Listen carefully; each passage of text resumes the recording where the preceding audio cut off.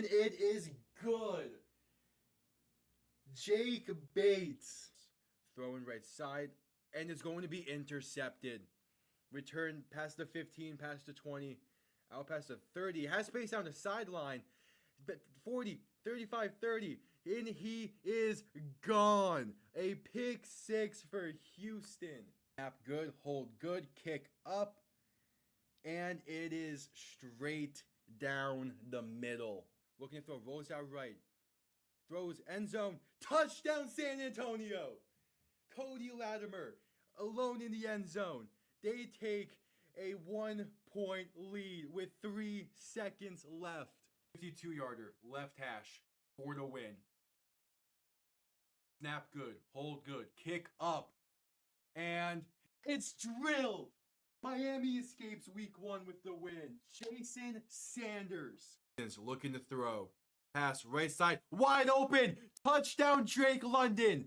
Touchdown Drake London. Atlanta has tied this game and are an extra point away from taking the lead. Needing the 12-yard line. Handoff, Robinson left side. And going to be stuffed. A loss of 4, maybe 5 on the play. And with 50 seconds to go, the Chiefs have the ball. And most likely that does it. Ball on the 17.5-yard line. Looking to throw. Stepping up, throwing for the end zone. And caught. Touchdown Green Bay. Dontavian Wicks. 56 seconds to play. The Packers are within 3. 6:17 to play in overtime. Tua shotgun, back to his left. 3 receivers to the right, bunched up. Tua to throw. Pass time. Plenty of time. Pass. End zone, left side. Jonnu Smith. Touchdown Miami. They're gonna win. Let's go, baby. Here, back behind him. 3 receiving options to the left. Gonna send Smith in motion. Toss left side for Saquon Barkley.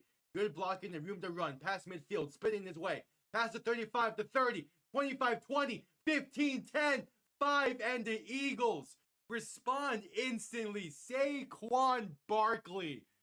Oh my, making his presence felt. 1 play, 60 yards, 3rd and 9 from the 35. Mahomes looking to throw. Quick pass left side, caught by Piron. Has room to run. First down and more. Down to about the 17.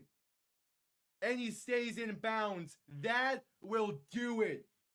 The Kansas City Chiefs have escaped the Bills and have punched their ticket. Hello, everybody, and welcome on in to the second of 3 games that I'll be live with today. It is the Niners. It is the Buccaneers. Kickoff underway here in mere seconds. We had the 1 o'clock slate, had quite a few games, hoping that this one matches up to all of that. Which should be an interesting one from Tampa, Florida, as kickoff is underway. The Buccaneers are getting the ball first in this one. Going to be returned beginning from the 5.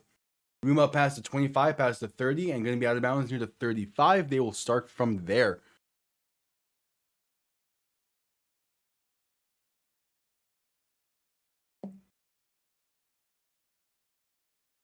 Penalty marker down as well.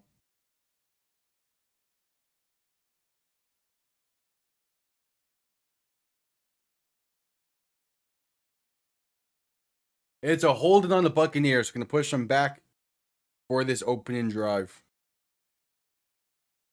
Baker Mayfield, 79 passing touchdowns since joining Tampa. Tied with Jared Goff for the most in the league since then. He's coming off of a great performance against Seattle. Let's see what he can do here against San Francisco. Mayfield in shotgun, back behind them. Man in motion right to the left as Baker is going to play action and look to throw. Pass left side going to be caught by Emeka Egbuka and going to be a gain of roughly 8.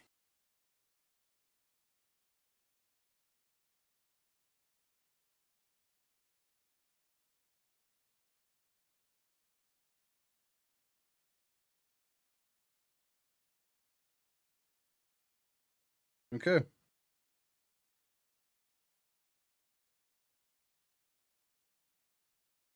So Baker under center, back behind him, 2 receiving options to each side. Going to hand this off left side, and there is some room there for Rashard White. Going to be enough for a first down, a gain of 6.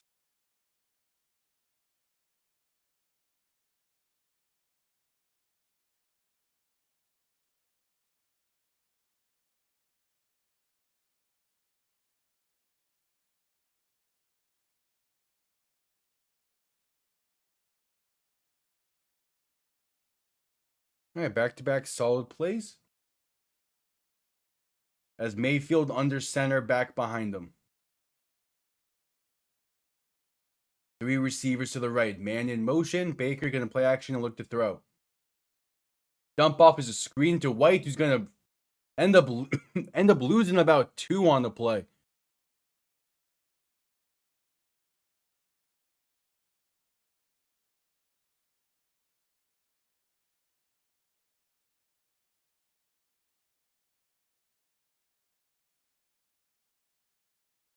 It looked like it developed fine at first, but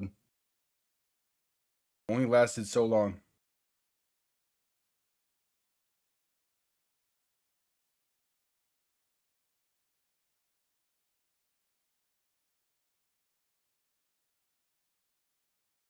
So Mayfield in shotgun, looking to throw in 2nd and 12.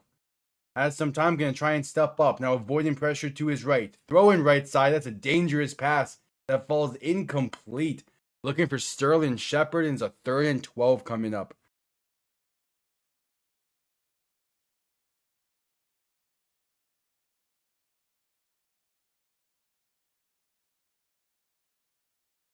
All right.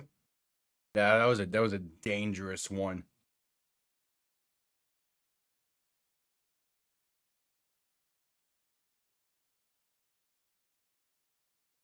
So 3rd and 12. Baker in shotgun, back to his right. 3 receivers to the left. And there's going to be a penalty before the snap. A slight twitch from the Tampa Bay Buccaneers. And it's a false start. So a 3rd and 17 coming up.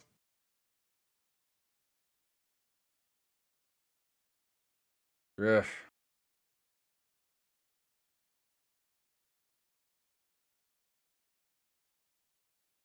Tough start to this one for Tampa. They had 2 good plays to begin this. Since then, not a whole lot. And now 3rd and 17.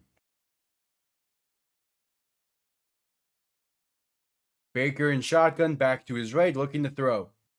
Had some time. Pass right side, gonna be caught, but not enough for the first. A gain of 16 when they needed 17. That was Sterling Shepard on the reception. And do we see Tampa get aggressive this early on?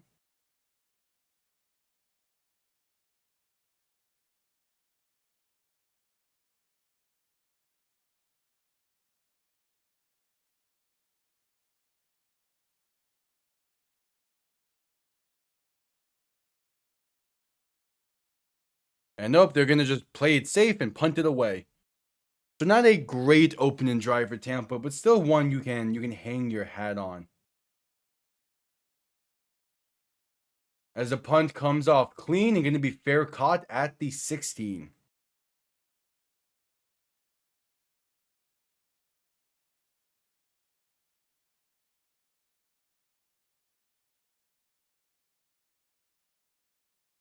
All right, and with 12 minutes to go into first, we go to a commercial break.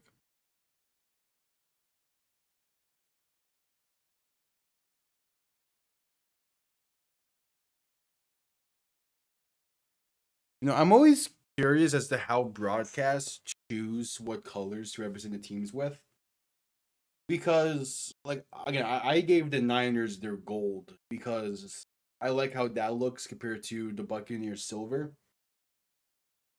CBS gave the Buccaneers the silver, and it doesn't look right to me. But it seems like that they favored the away team with the primary colors. They've done this before, which is weird. I would imagine. I imagine typically you favor the home team with that.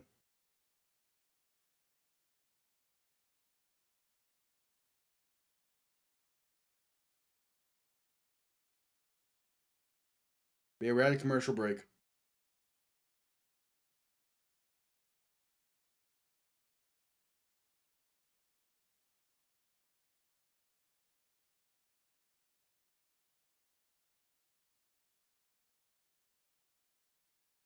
At a commercial break after the opening drive for Tampa did not go pretty much anywhere.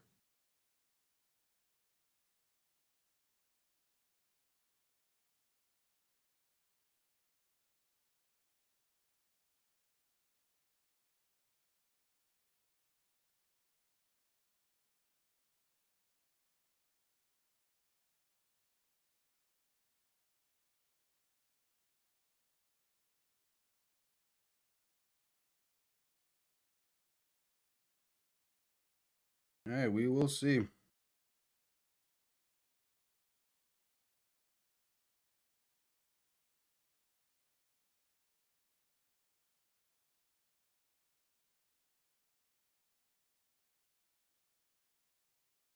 we go. Just getting back from commercial break. San Francisco's first drive of the game coming up here shortly.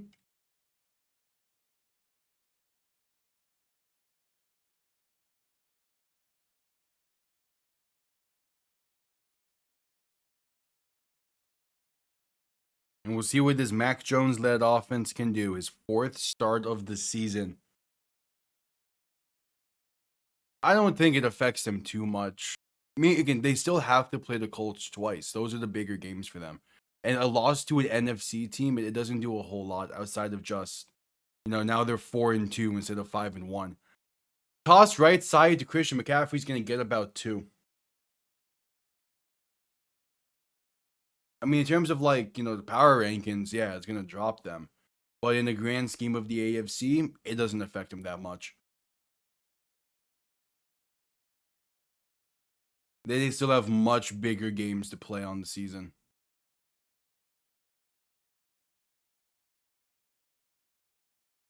Jones under center, back behind him. 2 receiving options to each side, looking to throw. Gonna step up and take it himself and diving forward for about 3. So a third down coming up.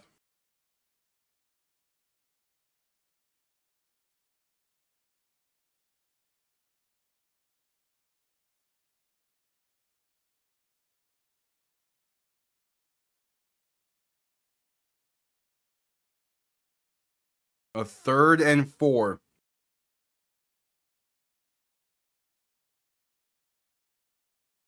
Jones alone in shotgun. 3 receivers to the right, 2 to the left. Going to look to throw. Pressure comes quick. Pass right side's picked off. Intercepted in room. But stumbling and going to eventually be tagged down at the 13. Oh, he couldn't get his foot in. That should have been a pick 6 for Tampa. But instead, it's still great field position. Oh, he never got his foot in. That should have been a pick 6.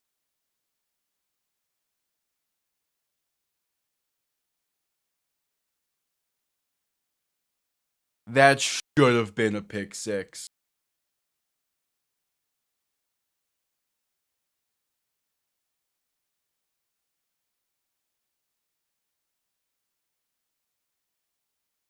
Yeah. Although that running back thing, Rico Dowdle is supposed to be their backup. He's only getting real action because Chuba Hubbard's been out for the past 2 weeks. So I'm curious to see how they're going to handle things when he gets back. Baker under center, back behind him. Tight end sent in motion. They're going to hand this off to White left side. Room inside the 10, inside the 5, and down to the 2. Fresh set of downs, a 1st and goal coming up. Wow, McDaniel's actually at the podium. Okay. You probably won't say anything in that until tomorrow.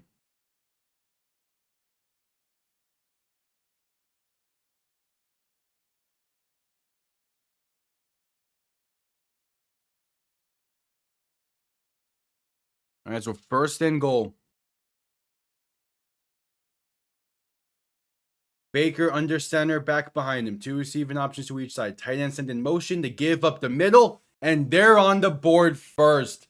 Rashad White has Tampa on top, in large part thanks to the interception on the 3rd and 4 from San Francisco that put them at starting field position of the 12.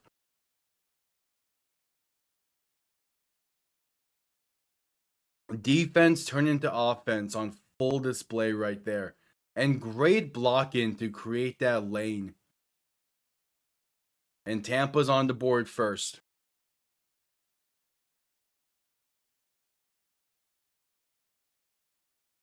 The extra point. It is up. And it is good. 7-point Tampa lead. Under 10 minutes to play in the first.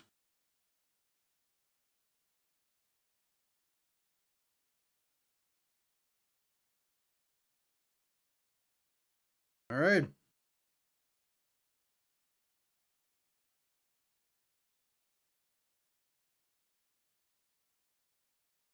Brings us to a commercial break.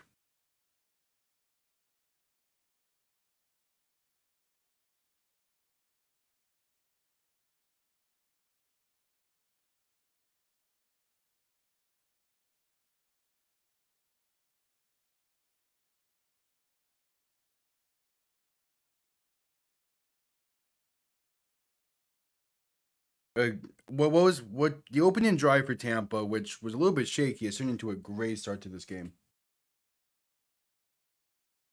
He's a young kicker. They're gonna have games like that. It's just he's a young kicker. He's a young kicker, and eventually he was gonna have a down game. I think he'll bounce back though just fine. But that was just the nature of a kicker that young.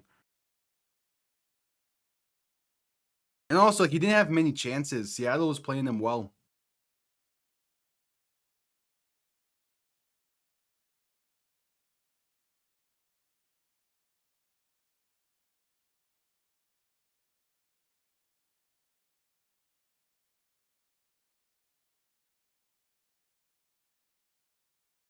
Okay, we're at commercial break in this one.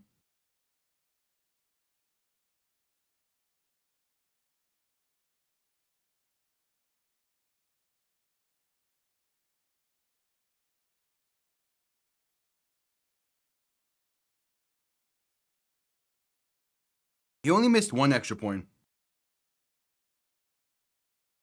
Yeah, he only missed one extra point. The other extra point that Jacksonville didn't get, I assume, was a 2-point try.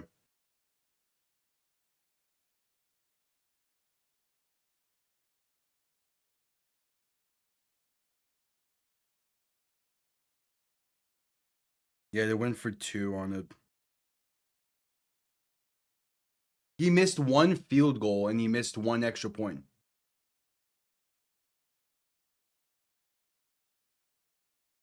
Because the other touchdown Jacksonville got was a failed 2-point conversion attempt. I mean, yeah, that was a rough game for the Rams today. They still got the win, so like they're fine with it. I mean, I'm fine with it. The Rams defense got me 16 fantasy points. I'm chilling with that. Devon Achane with a career game got me 31. Good old Lad McConkey got me 23. Kickoff underway. Going to be returned beginning from the 5. Gets up past the 25, down to about the 30. I mean, the Broncos defense played the Jets, so I would hope that they had a more consistent performance.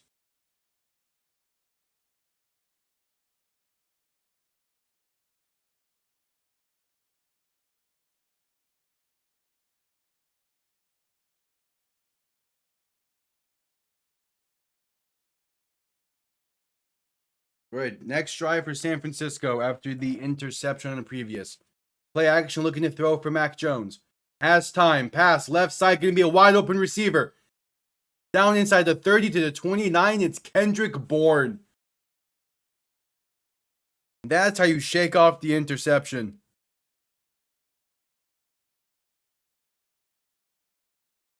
And the Niners are in business.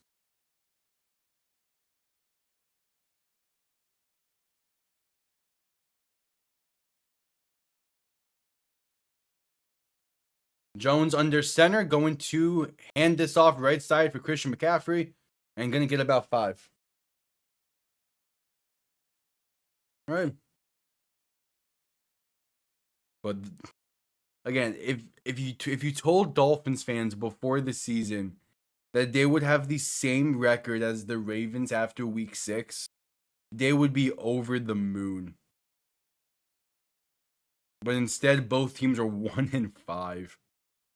Jeez. So 2nd and 5. Jones under center, back behind him. 2 receiving options to each side. Going to look to throw once again. Jones with some time. Pass over the middle is incomplete. Looking for McCaffrey. A 3rd and 5 coming up.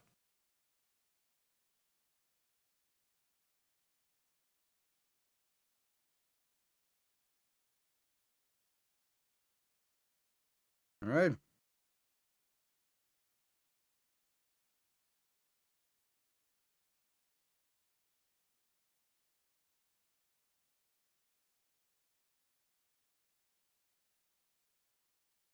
So Jones in shotgun, back to his right. Man in motion on 3rd and 5. Ball on the 24, looking to throw. Jones with some time, trying to escape pressure, but unable to. He's sacked. Back at the 35, and its Tampa defense has stepped up once again. They're forced a field goal try here. Tampa only sends 3, and they're able to get home with ease. Look at Vita Vea destroying that double team. Now a 52-yard kick from the right hash for Eddie Pinheiro. To put the Niners on the board, it is up, and it is right down the middle. So the Niners get on the board with under 8 minutes to play in the first. And we'll see what Tampa can do on this next drive.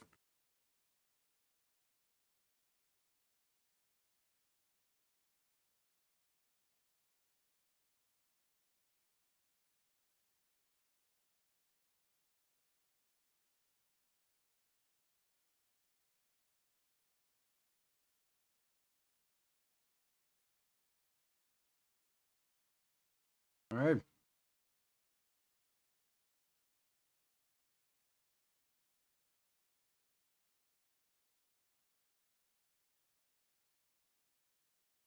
Add commercial break as well after that.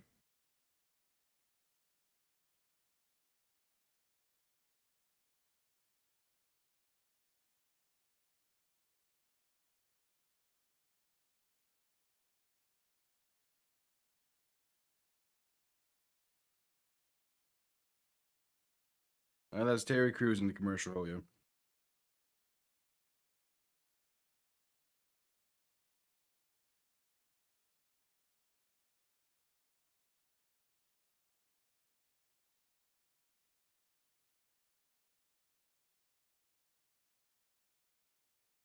Yep, still at commercial break.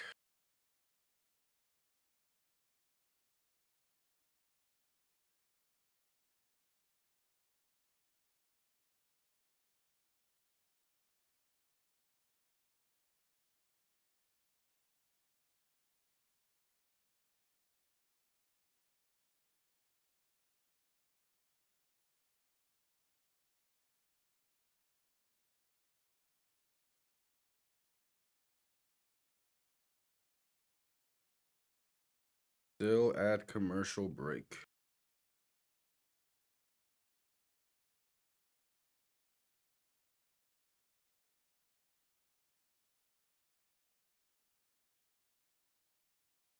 I'm so glad I waited to do post game till possibly tomorrow. I am so glad. Oh my god, nothing has changed.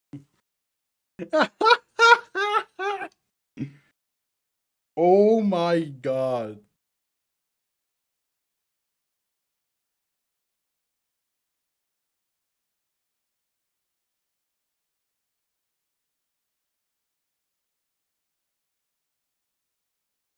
I am so glad I waited to do Dolphins post game. Tua, thank you for this quote. I'm going to use it. Kickoff underway, going to be returned beginning from the 18 and up to about breaking tackles up to about the 36.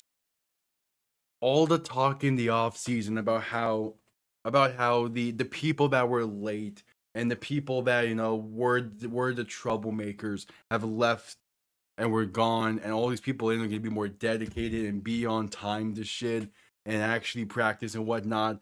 Only for Tua to say after the loss that people are still late and skipping meetings. Ah! Oh, this team, this team, literally nothing has changed. Under center, gonna hand this off up the middle for Rashard White. There's room for about 9.5, maybe the 10 for a first. That is golden. that that is actually golden.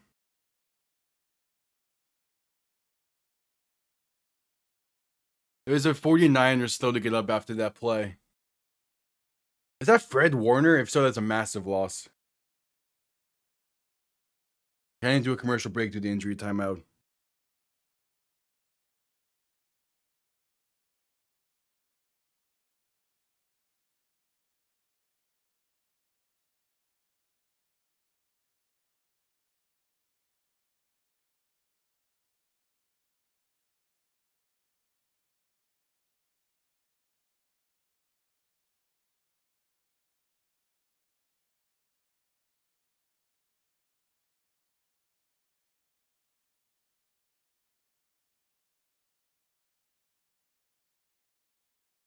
Oh my. This team. that might be the best thing Tua has. That might be the best thing Tua has ever said at a press conference. That legit might be the best thing because it exposes so much that is wrong with this team. That even after everything that was talked about in the offseason, during training camp, during everything, during the preseason, it's it's still the same off the field shit happening.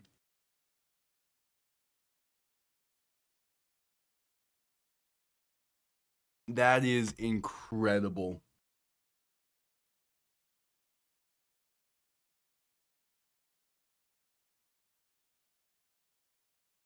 That is incredible.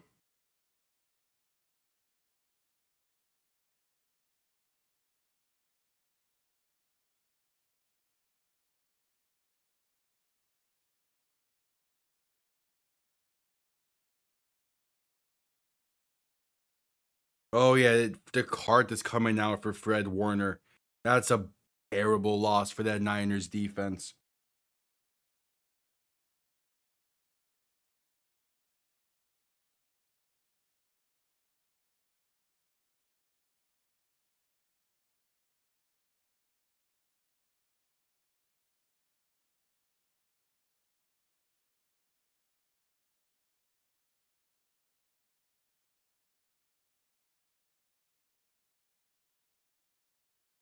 Yeah, there's Fred Warner being carted off the field. That is a terrible loss for this Niners defense and this Niners team as a whole. Already battling through so many injuries, and that's another one that they just frankly couldn't afford to have happened. He's a massive leader on that defense and on that team. Baker under center, back behind him, going to hand this off up the middle, and that's a gain of about a yard for Rashard White.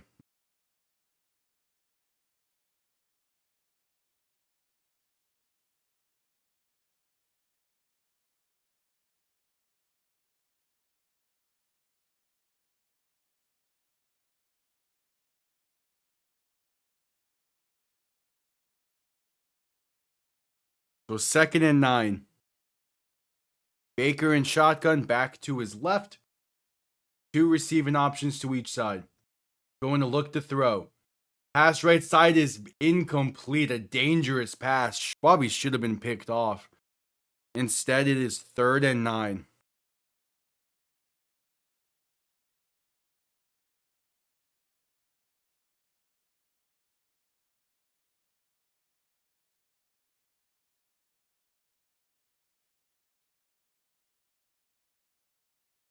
And yeah, there's a camera shot from the tunnel with Fred Warner on the card. It's a bad loss for this Niners team. Baker in shotgun, back to his left, looking to throw once again. Has some time, trying to bounce, trying to shake off defenders. Still dancing in the pocket, and eventually time runs out. He's sacked back near the 37. And it's a 3 and out for this Tampa offense. All right.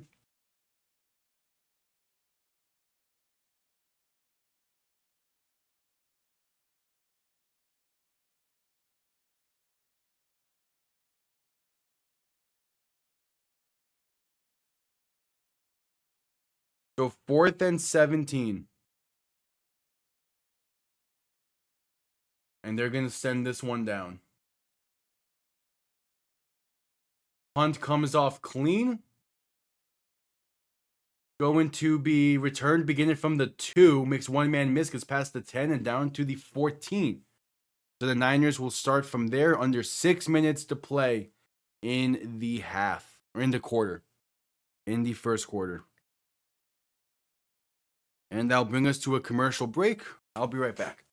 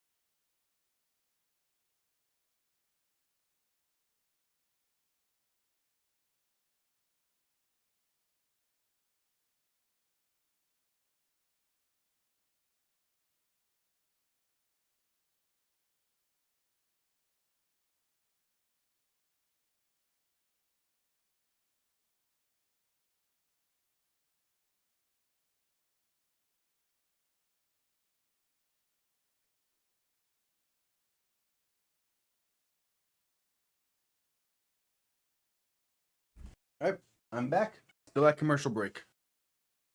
So we should be getting out of it here shortly.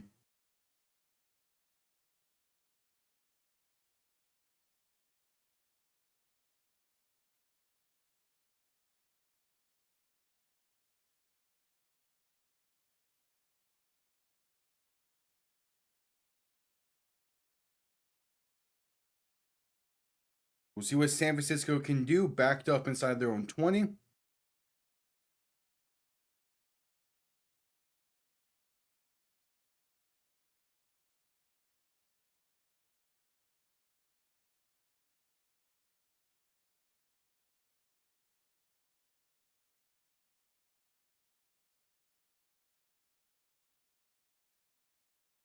And yep, next Sunday, Rams Jaguars in London. That's going to be a solid game. Do I want to wake up early enough to go live for it? The issue is Miami plays at 1 next week.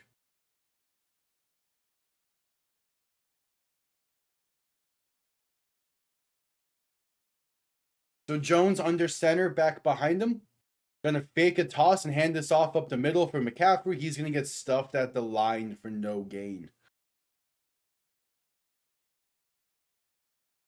So 2nd and 10 coming up.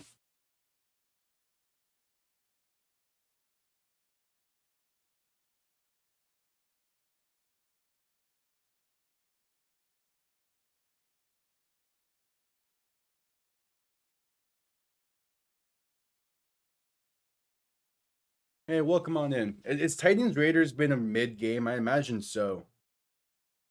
Pass right side caught by McCaffrey. Gonna get up near the 18 before being brought down and gain of roughly 4. I mean, I see that the score is still 3-0. It's like halfway through the second, so I imagine so. Oh, yeah? Okay, that makes sense. Oh, the Raiders just get a turnover here? Yeah.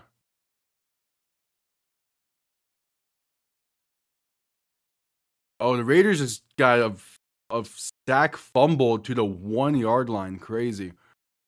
Jones alone in shotgun. 3 receivers to the left, 2 to the right. 3rd and 5 from about the 18.5. Looking to throw. Quick pass right side is caught by McCaffrey. Enough for a first down past the 25 and down to the 27.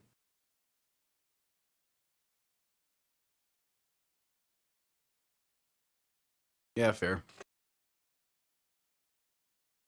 I still have Justin Fields' contract up on this other monitor. He doesn't haven't bothered to change it yet. Which I still can't believe Fields got that big of a contract after the season he had last year.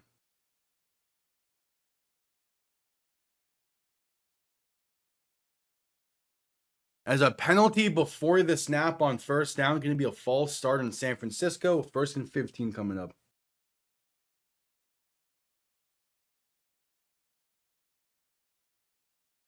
Yeah. Certain cereal I don't mind eating dry. But obviously there's the ones where it kind of needs milk. But like Frosted Flakes and Cookie Crisp, those are just fine dry to me.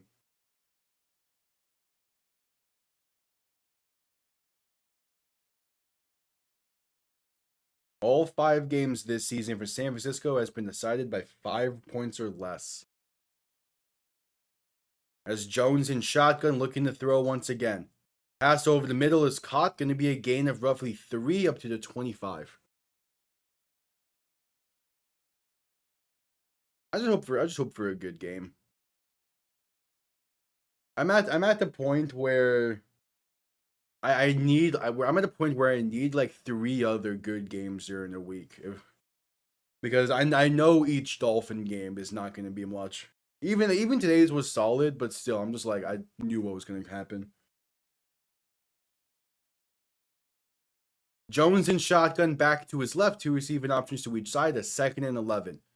Looking to throw once again. Jones has time, pass right side, caught by McCaffrey, gets up to about the 29. Yeah, Fred Warner got hurt, was instantly put in an air cast and carted off the field. It's probably going to be serious, and that sucks for this Niners team.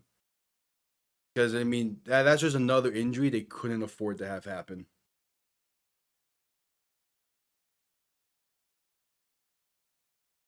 He's the anchor to that defense.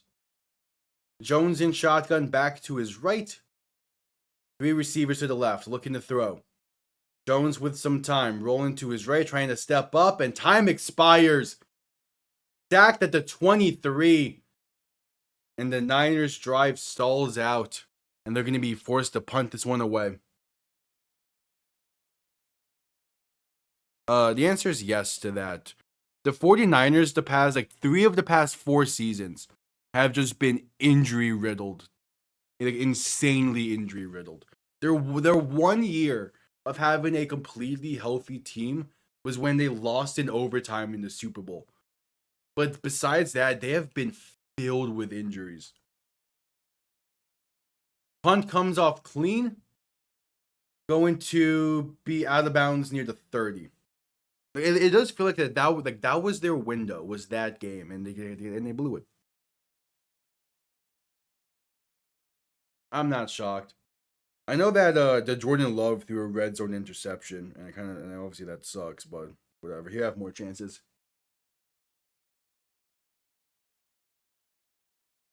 Yeah, exactly. It's like it's like if they're gonna have a fall off, I want it to be because they're actually bad and not because of injuries. But still.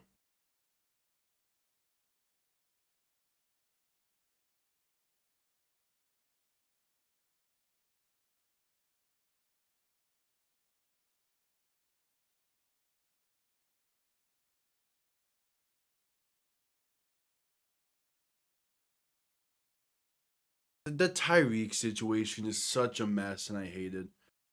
Baker in shotgun back to his left looking to throw. Pass left side going to be caught and gets about 4, maybe 5 penalty marker down. Because here's the thing with the Tyreek situation. I have like 3 shirts and a hat from his Soul Runner brand, and they're great designed shirts. But man, it's the fact that it's a Tyreek brand, and the fact he has all this other shit surrounding him. I'm just like, I want to wear these, but like, to what extent?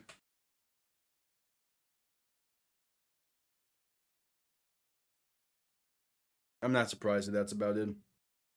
Illegal hands to the face on San Francisco, it seems. Gonna give the Buccaneers a free first down.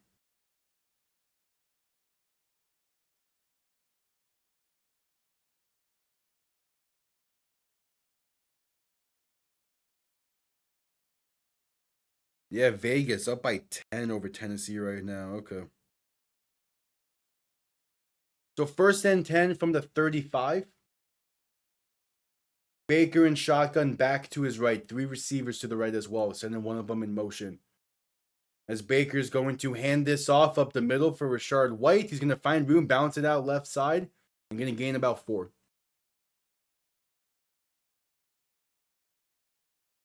Look, the shirts are nice. And I like the branding. I even had a pair of gloves from there, but I lost those. Like it's nice apparel. It is nice. But at the same time, like it's Tyreek stuff. Like 99% of people do not know the off the field stuff, so I'm like, whatever. I will wear these, but still, it's like Baker under center, back behind him, 3 receivers to the right. Then a play action look to throw. Has some time. Pass right side gonna be dropped. Which is pass left side gonna be dropped. Emeka Egbuka couldn't hang on to it. A 3rd and 7 coming up. Yeah. Those gloves were some of the best gloves I've had. Like, the pass was behind as well, yeah.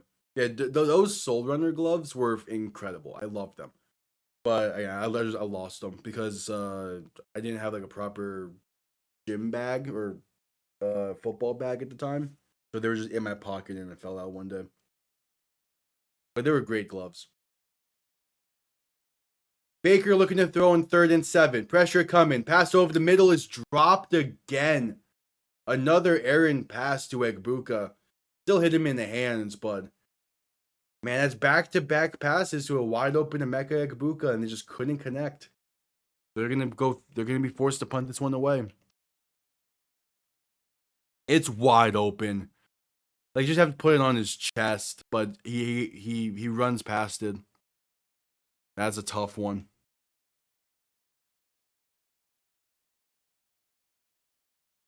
Yeah, I mean, so when he got traded, like a week or so later, he opened up a pop-up shop in a local mall, in a South Florida mall. So we went to that and got him there. I haven't bought the stuff from like the website or anything. Punt returned up to the 16. 1 plays needed to end the first quarter. No, because again, most people probably don't even realize that it's his brand. Because it's not like an obvious, hey, it's not like an obvious Soul Runner by Tyreek brand. It's just a simple, like, one has a slogan on it, one has a small design on like the on the shoulder, and the other is like a more long-winded design. Actually, I'm wearing, hold on, yeah, I'm still wearing one of the shirts. Hold on, at commercial break, I'll do it, but I'm still wearing one of the shirts, and I'm still wearing my favorite of the 3.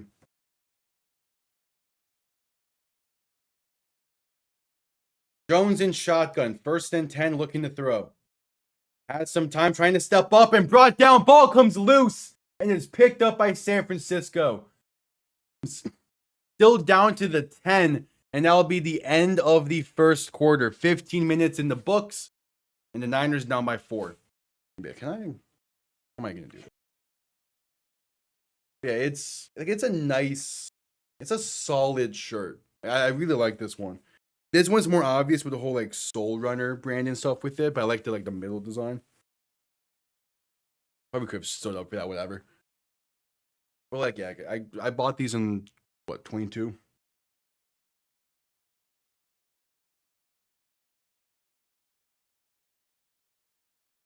Uh, Wait, Cincinnati's defense likes to step up randomly. I don't know.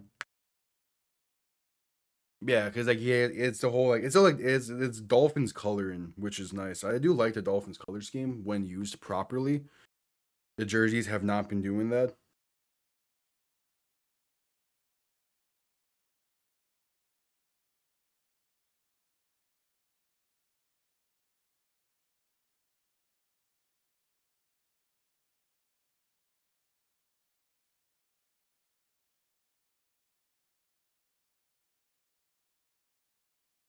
Yeah, we're at commercial break.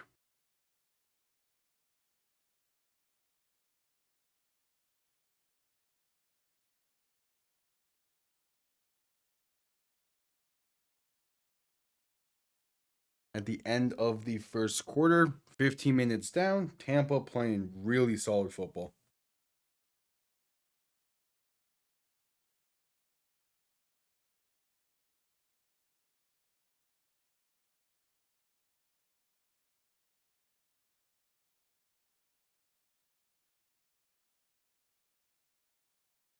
Raiders are up by 10 still over Tennessee. It's 3-0 between the Packers and Bengals. I was expecting that game to be a little bit more of a clearer outcome by now, but I guess since he's doing enough.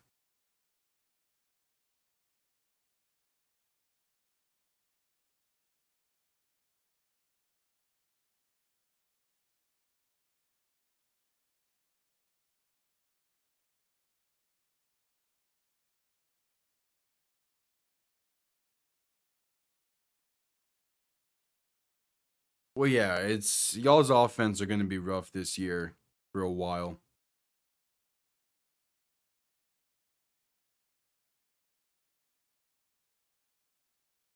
All right, just coming back from commercial break. The start of the second quarter here underway. Jones under center, back behind him. Looking to throw once again. Pass left side, going to be caught. That's Kendrick Bourne with room. Pass midfield and going to be tracked down from behind. Not before getting past the 35 to the 32. And a penalty marker down. This is going to tack on even more for a horse collar tackle. It took one play and the 49ers have completely flipped the field.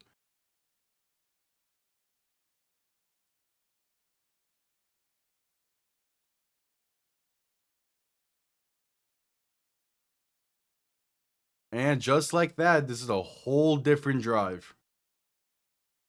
Oh yeah, that ball was placed really well. It is that Mac Jones Kendrick Bourne connection.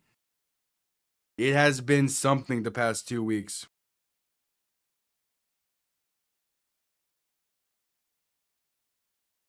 So Jones under center, back and fullback behind him. They give to McCaffrey left side. Gonna get about 8 up to the 25.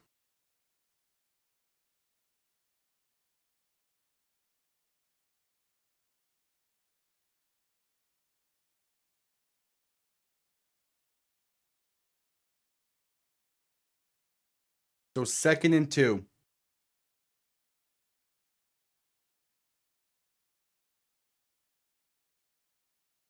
Going to give this to McCaffrey up the middle and going to get about 1.5 yards. A 3rd and short coming up.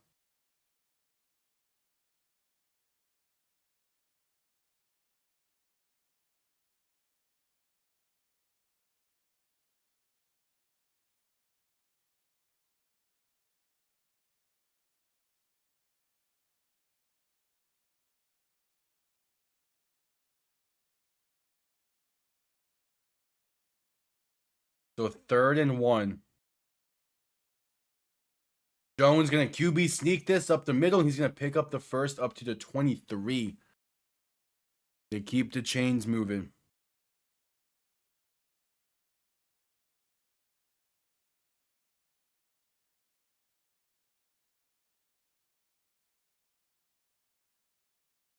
So 1st and 10.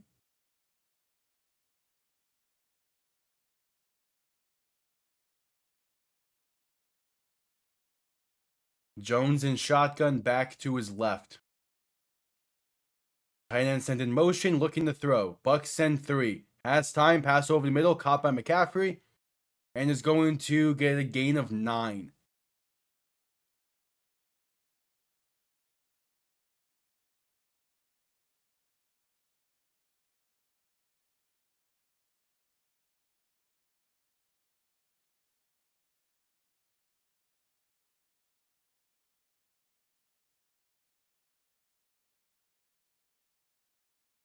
So Jones under center, back and fullback behind him. They give to McCaffrey up to middle. It's going to be enough for a first down inside the 10 to the 9-yard line. First and goal coming up.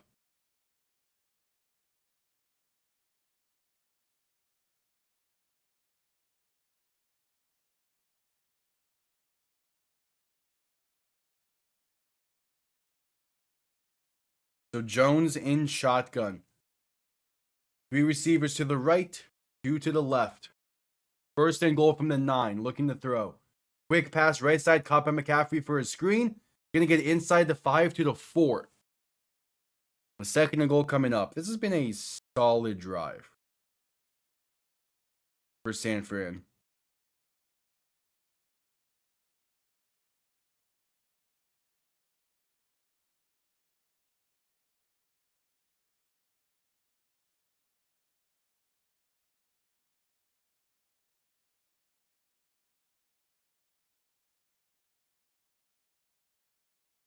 So Jones in shotgun, back to his right.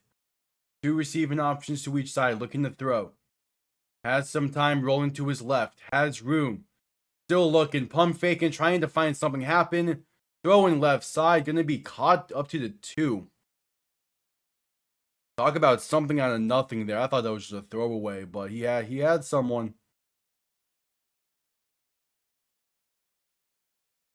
He had Brian Robinson on the reception there. Okay. So a third and goal.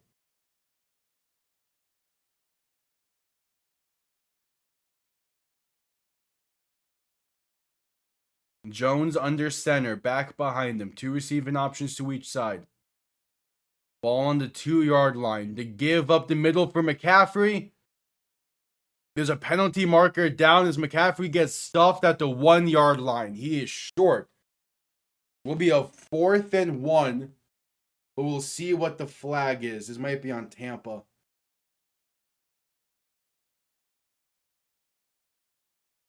If it's offsides, it gives the Niners a 3rd and goal. It's offsides on Tampa. 3rd and goal from the 1.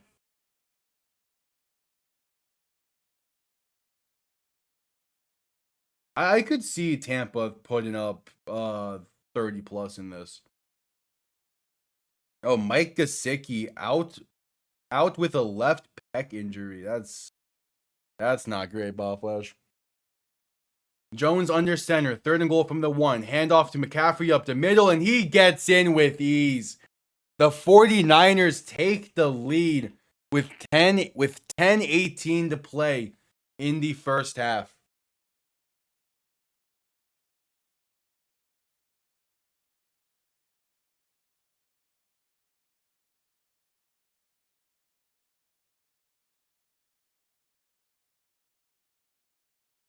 All right.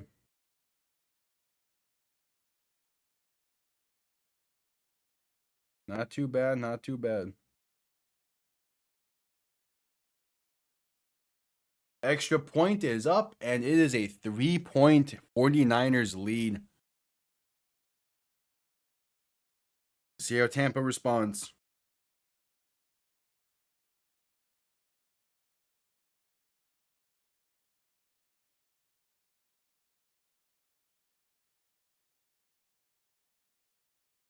We're going to a commercial break first. They're going to have to.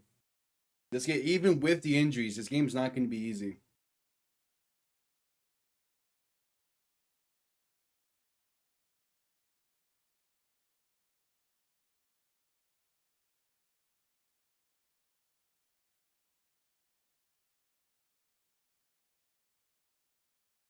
We're at commercial break.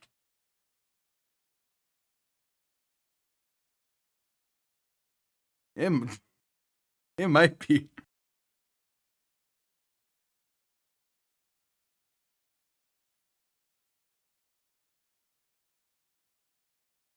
Yeah, very well might be. Yeah, still that commercial break.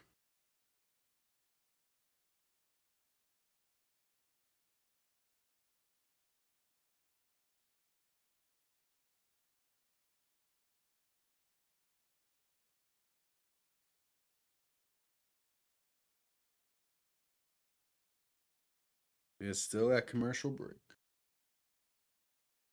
As we await this next Tampa drive.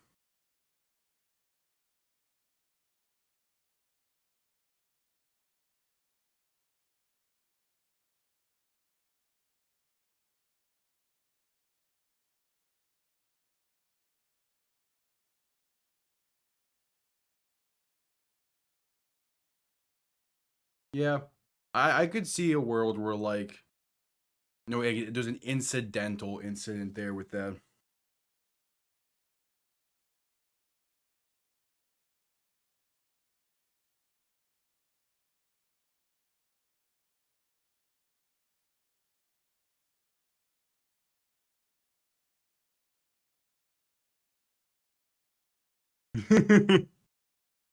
You never know who would want to sabotage things.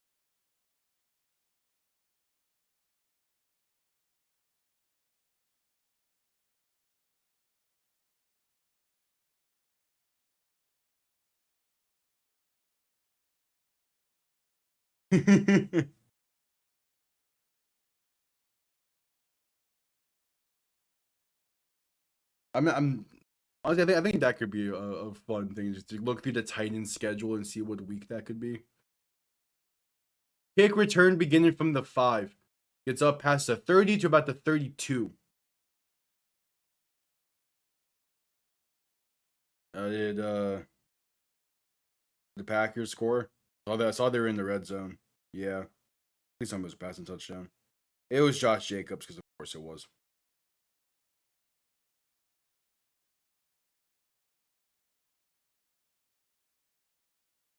Oh, it's a Baker Mayfield graphic. Okay, I was so confused on what this was for a second.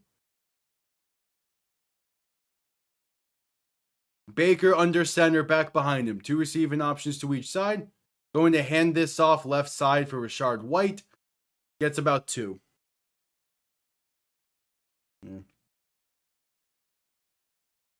This should remind Joe Flacco of how much better life is as a backup and request a trade to Pittsburgh. I need him to complete the cycle. And that's true as well, yeah. Who knows? Maybe Cincy's defense can step up for the next 3 quarters.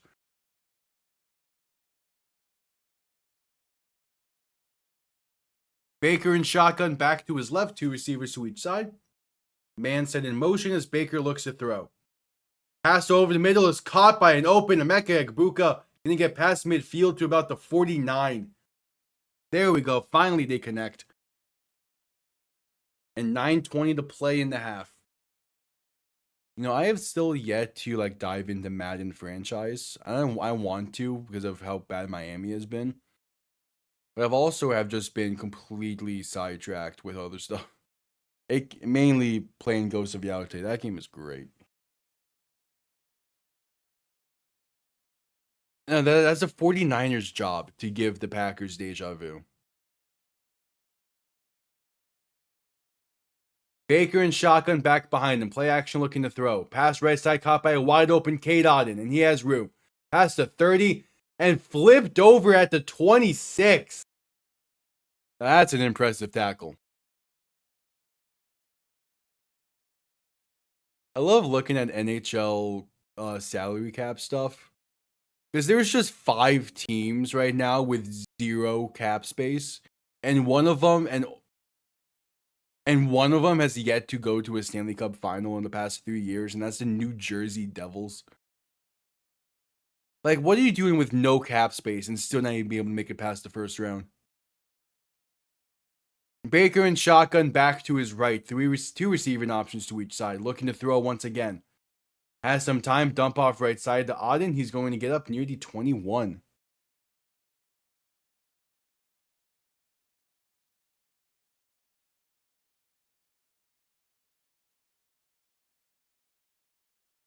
Then you have Toronto with under 45,000 in cap space. The Rangers with about 74,000.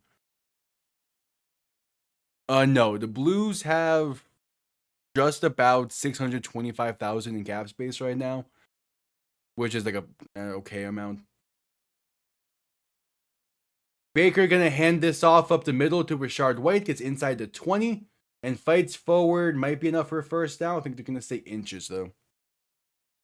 And the 5 teams in the NHL right now with no cap space: New Jersey Devils, Edmonton Oilers, Tampa Bay Lightning, the Vegas Golden Knights, and of course the Florida Panthers. I mean, y'all are spending your cap space. You have your bottom 10 or your 11th in terms of like least amount of cap space remaining. So you're spending the money. What's crazy is Carolina has been as good as they have, and they have not been spending their cap space.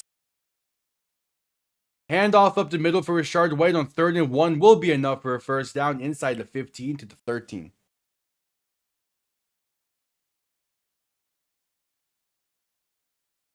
Yeah.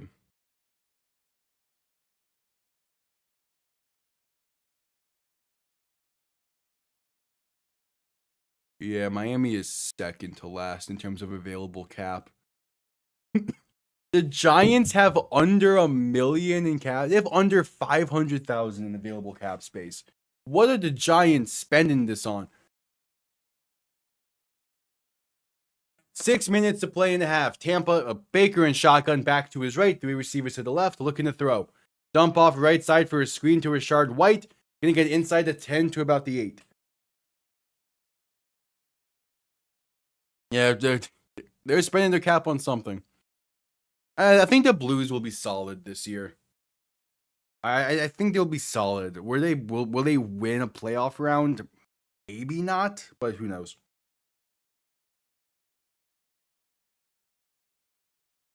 We have one NHL game tonight. What? And we also have game 1 of the ALCS going tonight. Okay.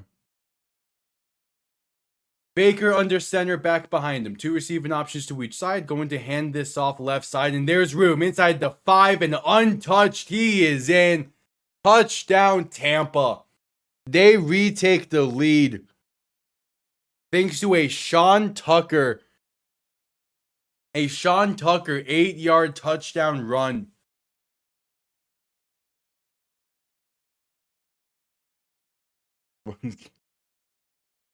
The Giants have been secretly doing the whole Clippers thing as well.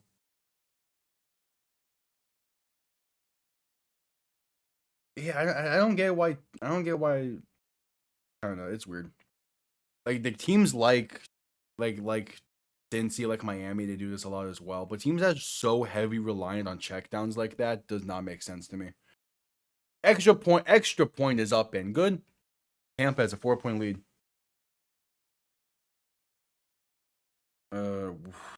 When does St. Louis play next? St. Louis plays Vancouver tomorrow. Okay.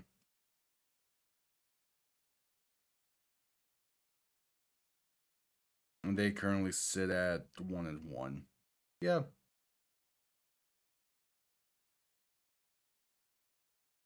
The Panthers play the Flyers again? I'm not opposed to that, but that's okay.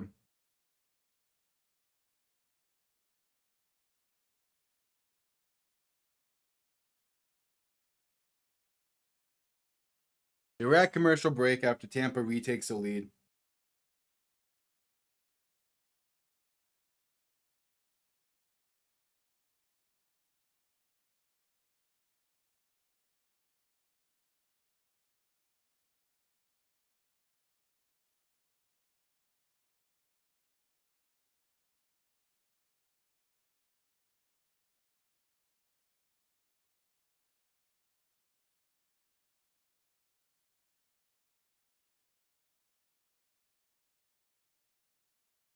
They're at commercial break.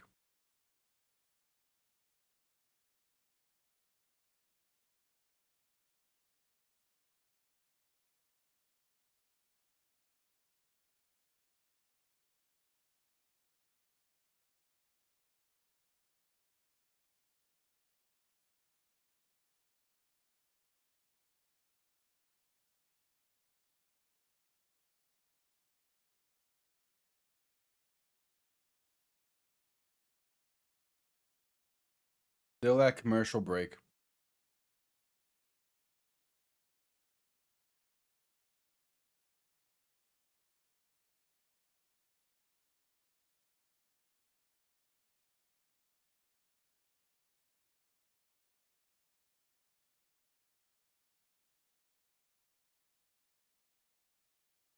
Here we go. Just coming back from a commercial break. We await the Tampa kickoff to see what the Niners can do in this next one.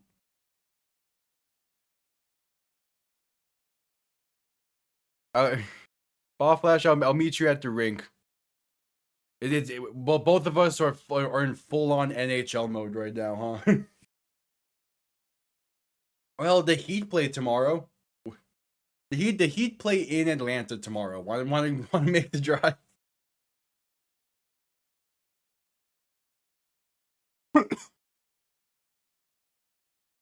Yeah.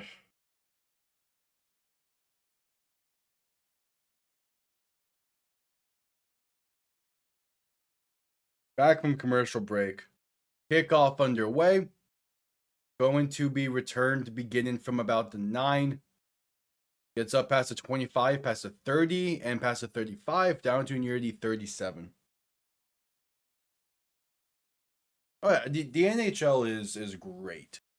It's tough to watch though. Like most of their games are not on broadcast television at all. So that's tough. But like playoff hockey is some of the best sports I've ever watched. And going to a playoff hockey game is the best sporting environment I've ever been in. It's incredible. I instantly fell in love with it. Jones under center, back behind him. 3 receiving options to the right. The give to McCaffrey up the middle has room. That's a gain of roughly 6. Yeah, I still need to find somewhere to watch the Panther games this year. That's the issue. I don't know where to look right now. Is Bichette back in the lineup? Because I know he missed. I know he missed last round.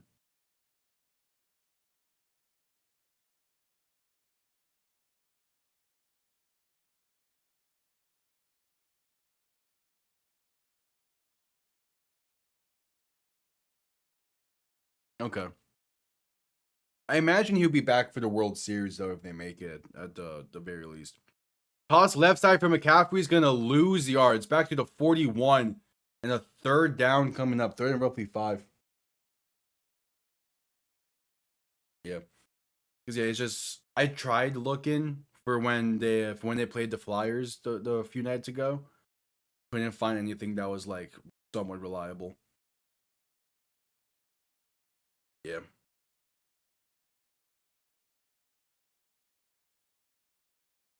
Towards game 3, okay, that's a good sign. I mean, Toronto's been just fine without him, so.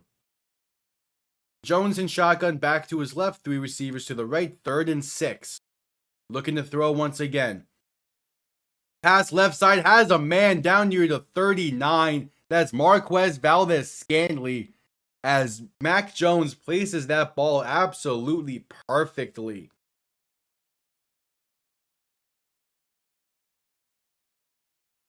Like that is a perfectly placed ball, layered nicely, and the Niners keep the chains moving. Like legit perfectly placed ball. I don't think it gets much better than that. Mac Jones has been on fire today. Jeez.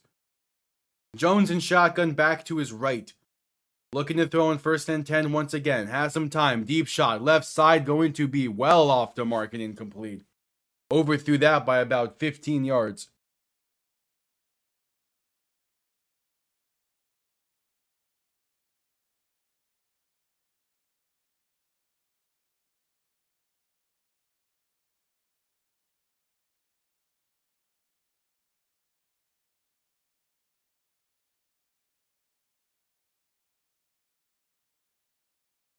Oh, Adidas apparently pushed heavy for the James Franklin firing. Okay.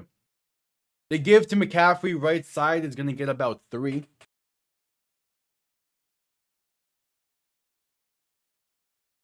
Yeah. I'm sure there's more as well. Jones is a relatively common last name. Yeah, no, one of them is definitely not like the others.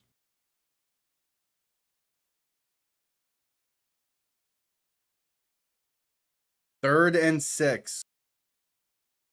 Jones in shotgun looking to throw once again. Has some time. Pass left side. And that is incomplete. Couldn't keep his feet in bounds. Couldn't hang on to it either. MVS, the intended target. There's a lot of hand fighting going on there. But it's a 4th and 6, 2:09 to play in the half.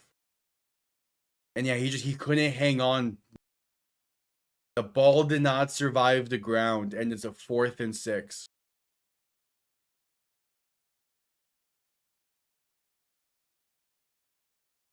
So out comes Eddie Pinheiro for the 54-yard kick he made from 52 earlier. This on the right hash. It is up, and it is good. It's a 1-point Buccaneers lead with 2:05 to play in the half.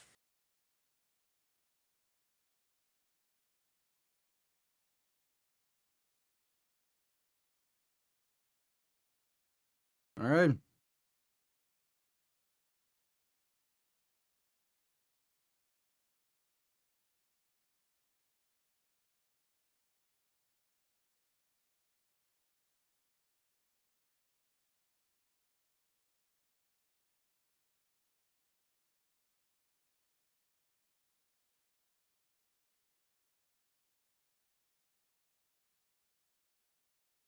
Yeah, I mean, I with all 3 timeouts as well, I would not be surprised if Baker gets some points before the half.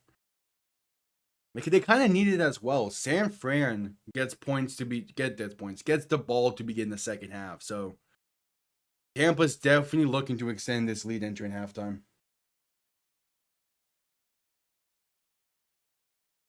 We'll see if they're able to. Kickoff on the way here shortly. This will lead us into the 2-minute warning.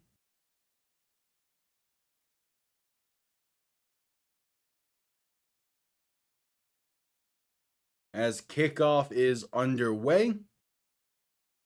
Going to returned. Delayed that return a bit, but still going to be enough to get past the 25 to about the 27. And that's the 2-minute warning. 1:58 to play in the half. Going to go to a commercial break here.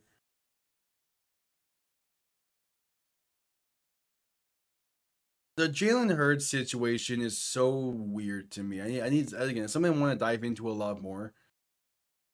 I just think that there has to be something mentally going on with that team as a whole. Like it's not just Jalen Hurts that's causing issues. The ground game isn't what it was last year. The play calling obviously can be better, but still, like he's Jalen. At the end of the day, Jalen Hurts also has to hit his guys. It's a weird situation in Philly. It's a weird situation. Can they fix it and turn it around? 100%. They have time, but it's just when will that turnaround happen? I'm not sure.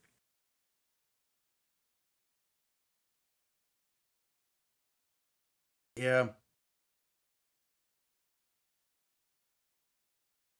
I would hope that this loss to the Giants is a bit of a wake up call, and that they can bounce back from that. But we'll see.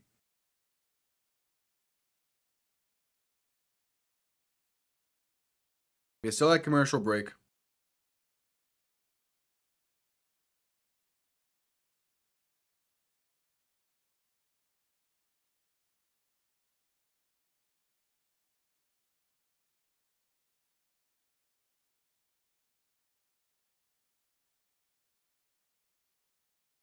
Still at commercial break.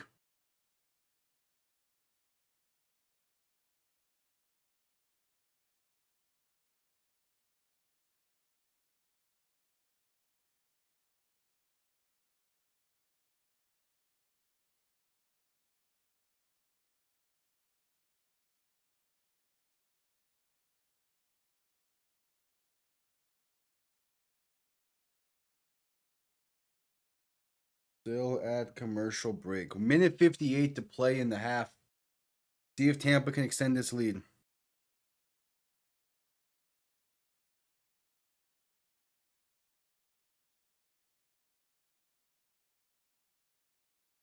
Here we go. Just getting back from the commercial break. What you got, Baker? What you got?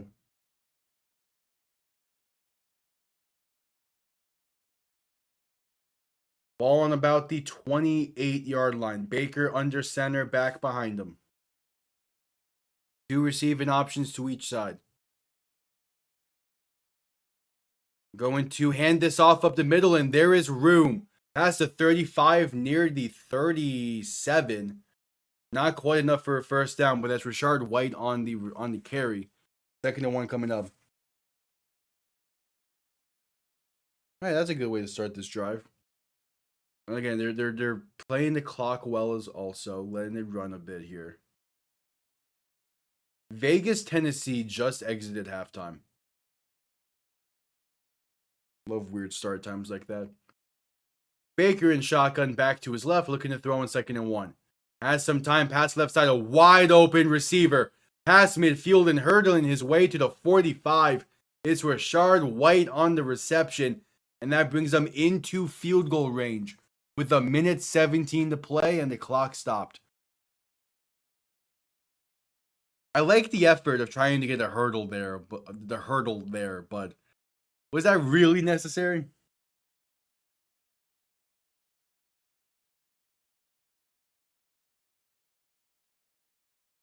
Yeah, Raiders Titans is still 10-0.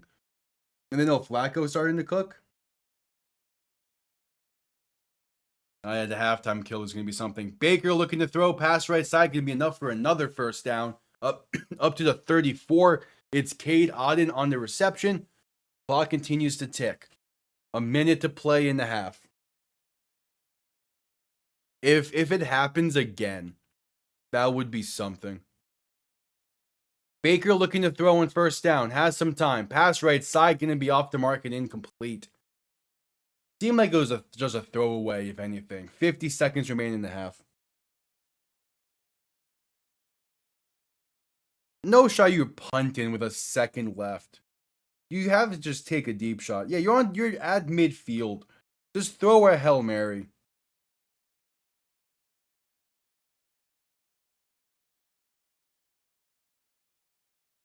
There's no shot you're punting in that situation. Baker in shotgun back to his right. 3 receivers to the left. One of them sent in motion as he'll look to throw once again. Pressure coming. Pass right side wide open. The 10-5 touchdown Tampa. They make this a 7-point game. Pending the extra point was wide open. Cameron Johnson. And with 44 seconds left in the half, Tampa has a 7, potentially 8-point lead with a roughing the passer penalty against San Francisco.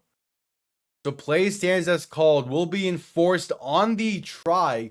So Tampa will go for 2. They're enforcing the roughing the passer on the try. So it'll be a 2-point attempt from the 1. No one's even close to Cameron Johnson. He walked in. God. Talk about just bad defense.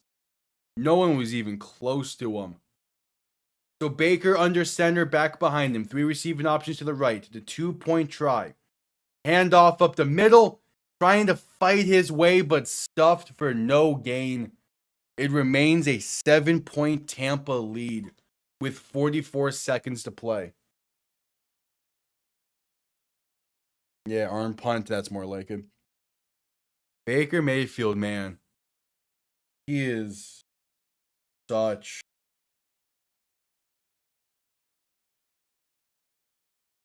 He's really turned a corner since arriving in Tampa. Wait. Did it actually get sent to that? No!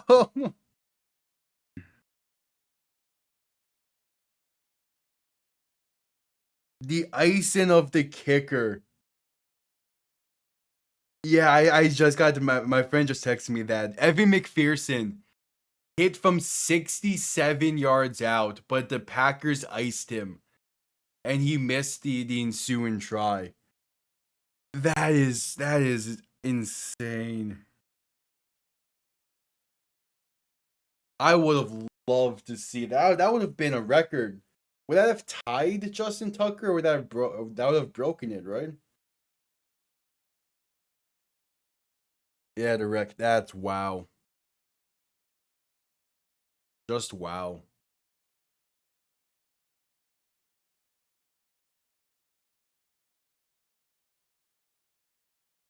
I'm pretty sure 66 is the record.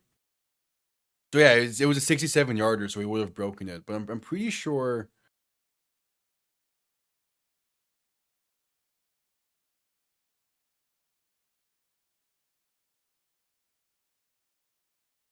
Yeah, because Justin Tucker hit that 66 yarder in Detroit. That was that game winner. It used to be 64 because Matt Prater had that record for a long while at 64, and then Tucker broke it at 66, and then Brandon Aubrey hit from 65 last year. Chase McLaughlin hit from 65 to end the first half against Philly this year.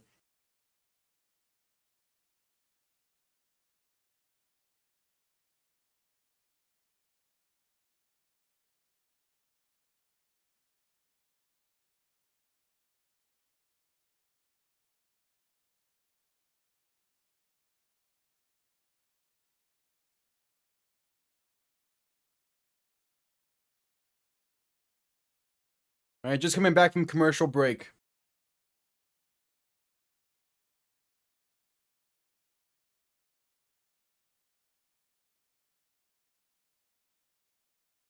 Okay, that's what I thought that rivalry was called. We're waiting for Tampa to send this one down.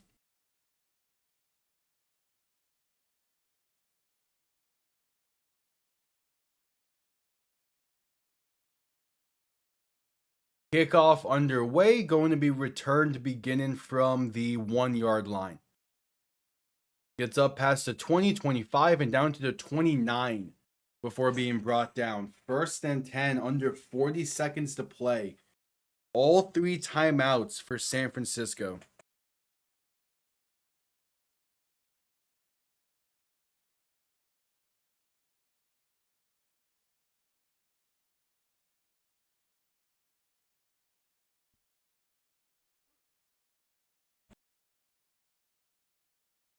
Yeah, that would have been. I mean, that would have been damn near game changing. Jones looking to throw. Pass left side. Has a man wide open, but dropped it. It's Demarcus Robinson. Would have put the Niners past midfield, but he couldn't hang on. Instead, it's 2nd and 10.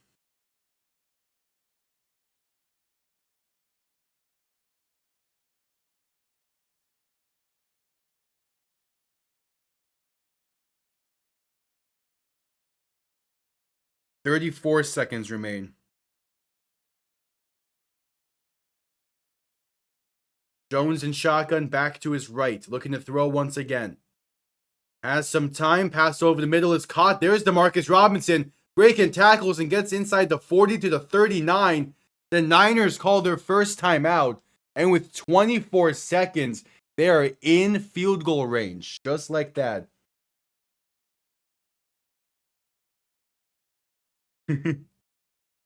Hey, he instantly gets his redemption for dropping that.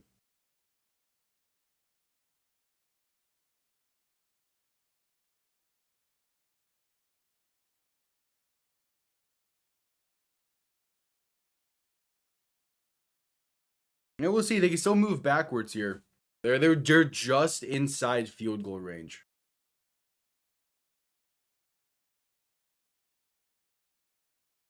So if they move backwards at all, they'll be out of it.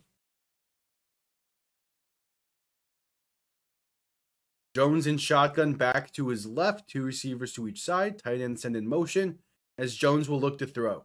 Dump off to McCaffrey over the middle is going to get about 3 up to the 37. Put some more into field goal range, but would still be a long kick as the Niners call their second timeout. We need to be better. I'm really looking forward to that. Really looking forward to that second meeting between the Seahawks and Niners. That's gonna be a good game.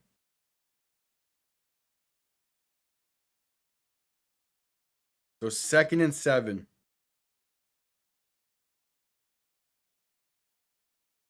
18 seconds remain.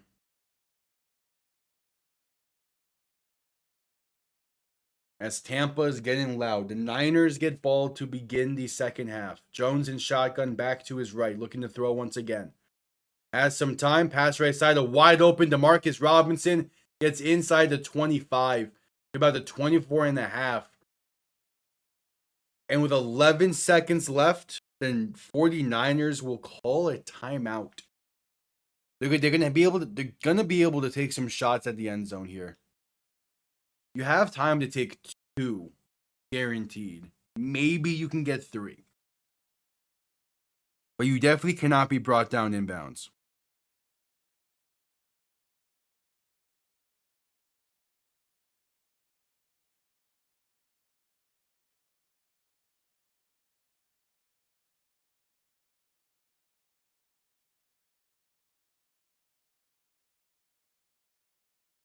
So 1st and 10.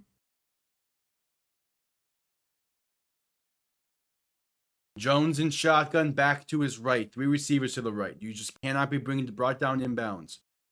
Looking to throw. Pass in end zone right side is a throwaway, incomplete. 6 seconds remain. And they're going to send out the field goal unit. Eddie Pinheiro comes on for the field goal to try and make this a 4-point game entering the half.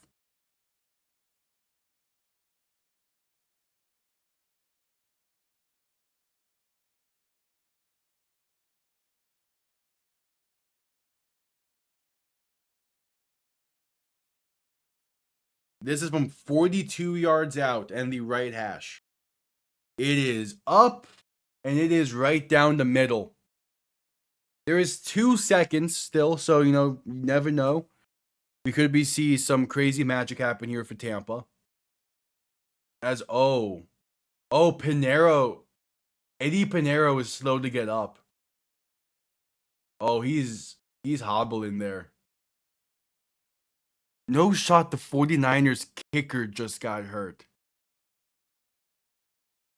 Well, what to what devil did the 49ers sold their soul to constantly get injured like this? Like, what?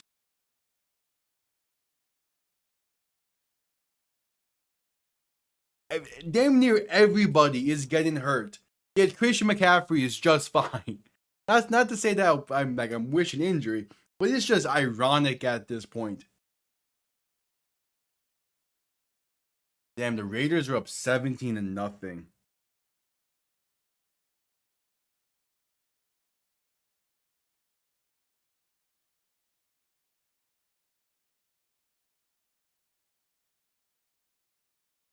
I'm just seeing the replay of the Evan McPherson field goal. As kickoff is underway, going to be returned from about 5 yards deep into the end zone. Works his way past the 20-25, and that is halftime. The 49ers get ball to begin the second half. We are at halftime. It's friendly fire again. But how many of these injuries are friendly fire for San Francisco? Eddie Pinheiro had his foot stepped on by one of the linemen. Crazy. It's I don't know, it's something. Yeah, that was a great kick. But we're just entering halftime. I'll quickly be right back.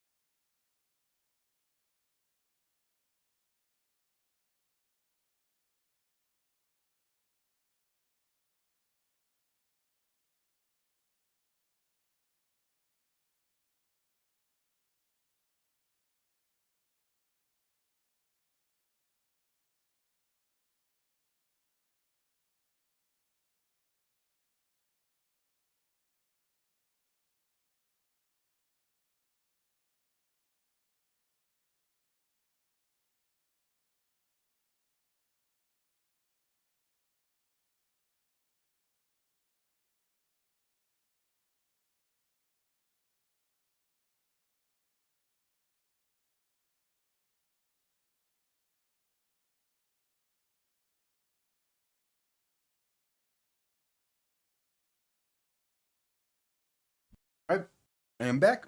Just entered the half.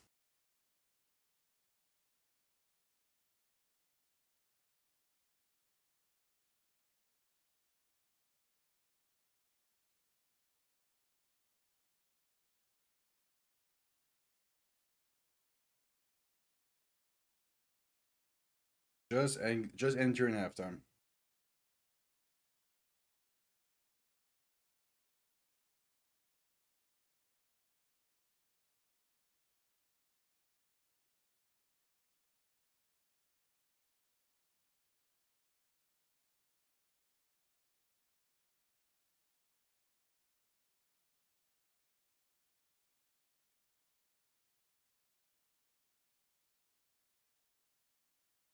All right, safe travels, ball flash.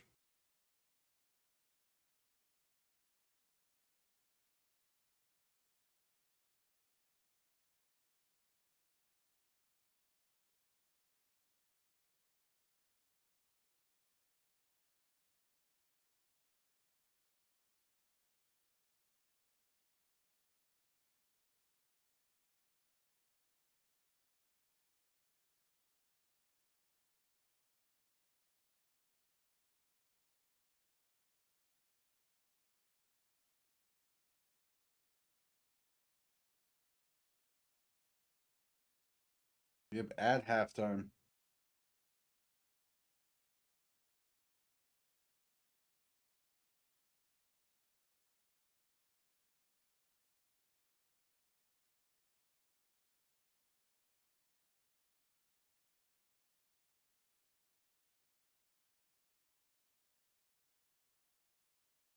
Wait. So I know in the Anthony Richardson, like he got injured pregame and all that. It was an orbital eye fracture due to issues with an elastic band. No one, everyone's against what?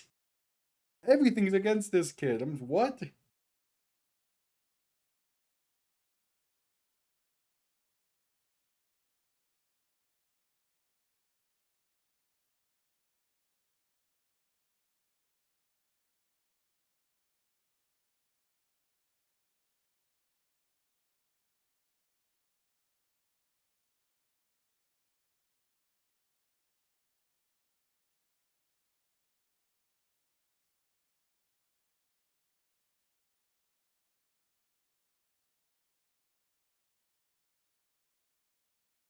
Yep, at the half.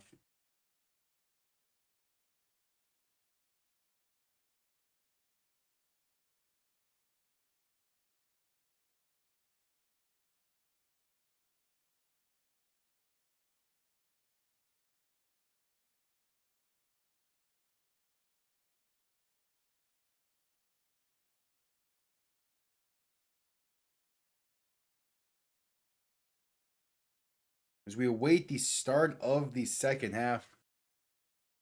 The 49ers get ball to begin the half. In a game that's been a really solid showing.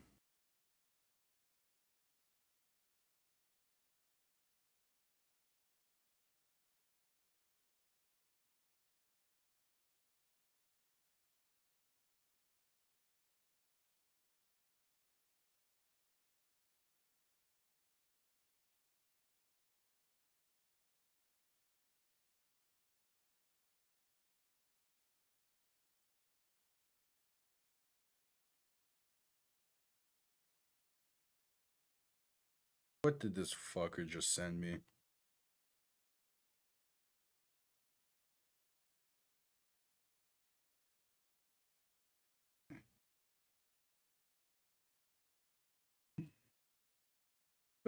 This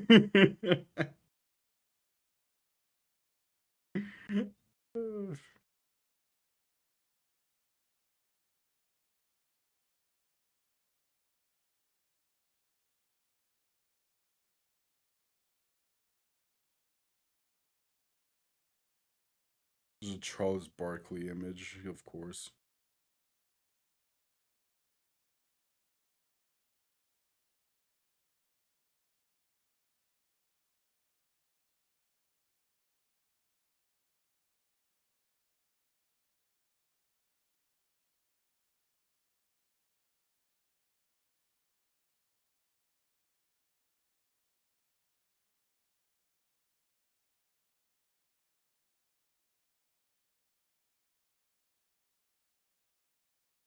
Yeah, we're at the half.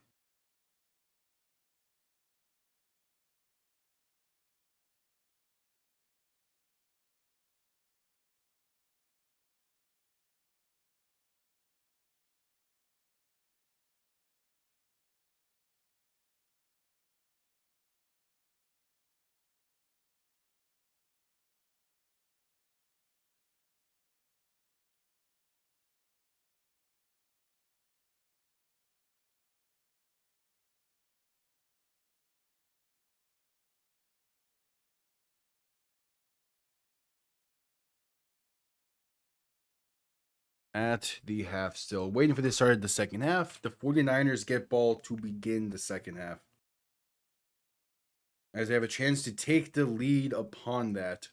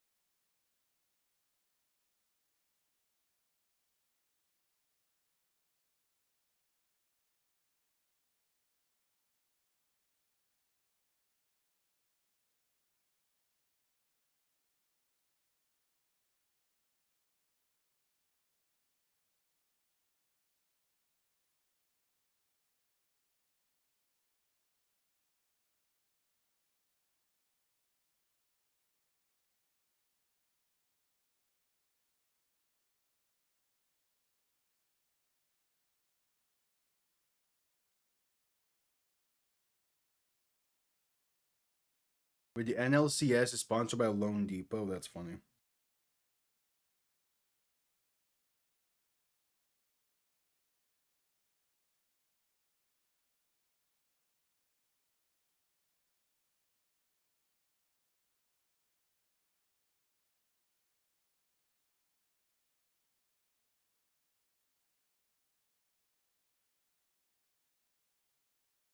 All right. One more commercial break, and then we get to the start of the second half.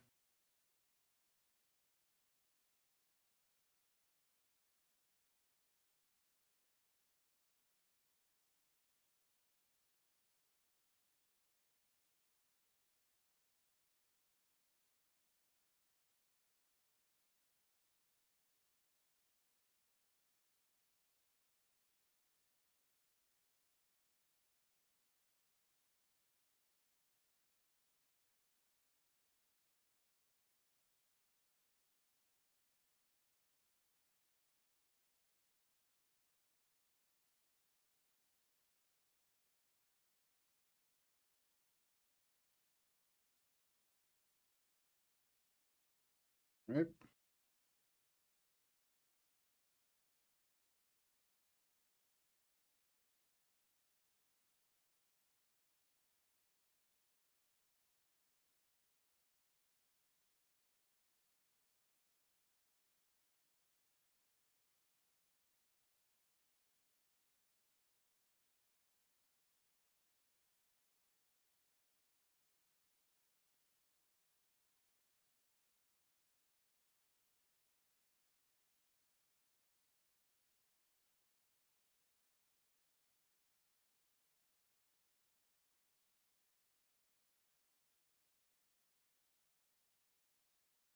I mean, yeah, Miami has lost 4 games in the final minutes this year, but still, you need to be able to close those out typically.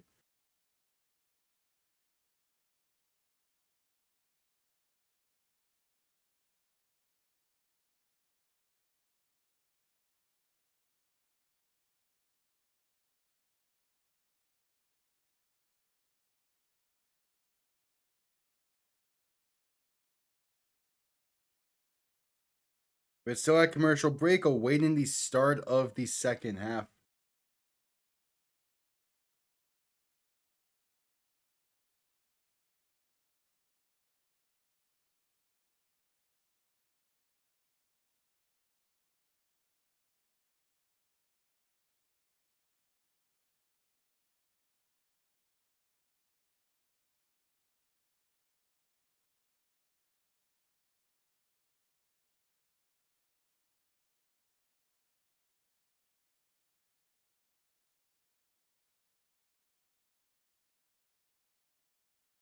Right, started the second half here underway momentarily, waiting for Tampa to send it down. The Niners get ball to begin the half. Down by 4, chance to take the lead. A game of which both offenses has been playing really well. The defenses on both sides have also made their respective plays. We'll see how this one finishes.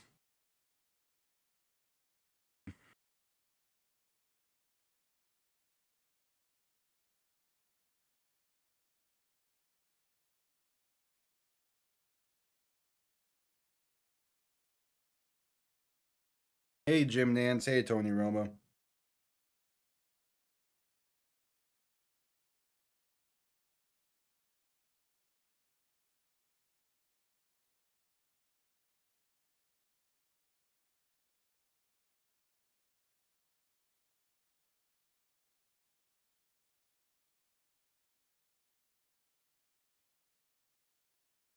Right, Chase McLaughlin on to send this one down.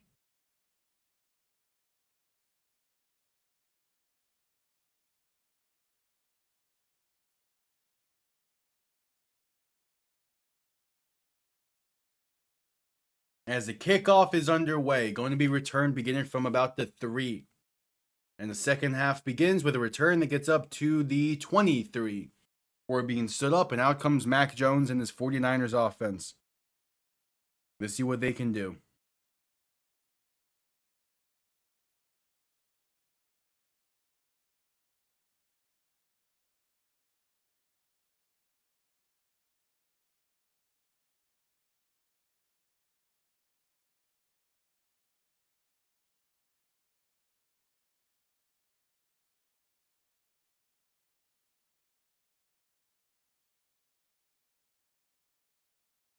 Jones under center, back behind him. 2 receiving options to each side. First play of the half is going to be a false start beforehand. A 1st and 15 coming up.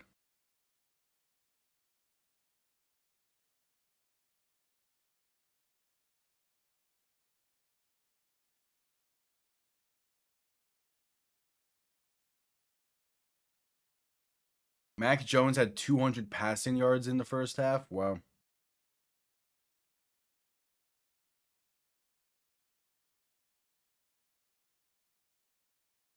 So 1st and 15. Jones looking to throw. Pass over the middle is going to be caught by McCaffrey. It's up to the 28.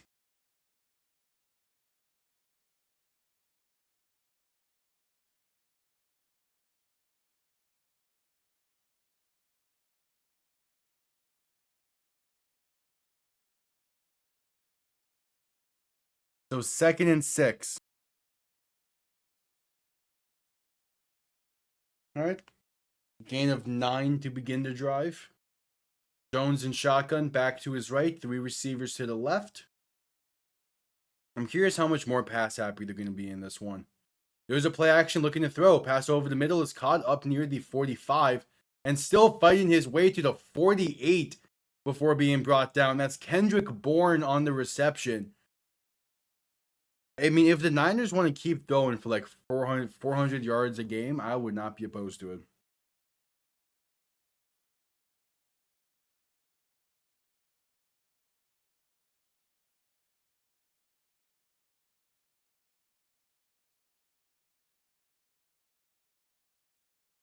So Jones under center, back and fullback behind him. Going to hand this off up the middle for McCaffrey. He gets stuffed at the line. No gain. 2nd and 10 coming up.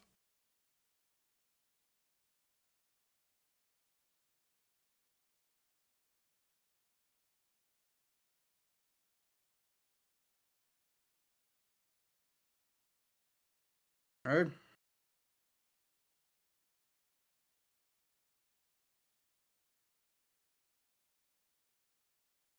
Jones in shotgun, back to his left. 2 receiving options to each side.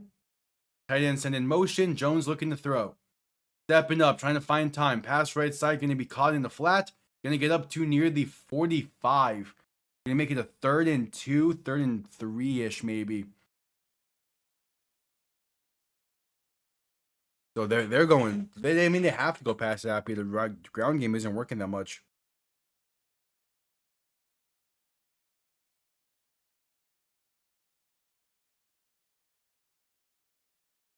So 3rd and 2.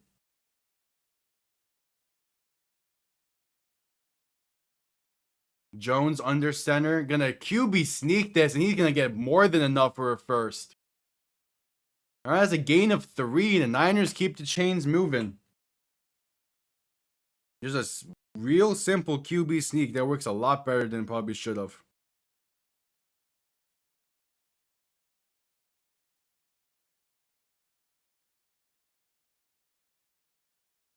So 1st and 10, under 12 minutes to play.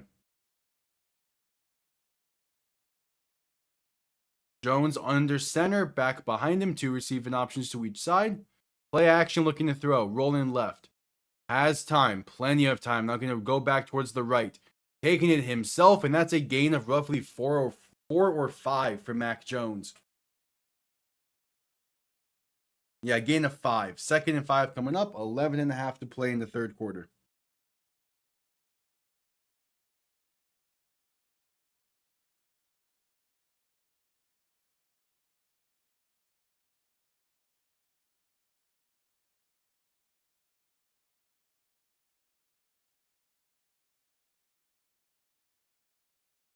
So Jones in shotgun, back to his right. A toss right side to Christian McCaffrey. Gonna get good blocking, enough for a first down, and down near the 26. This has been a great drive to begin the half for the 49ers.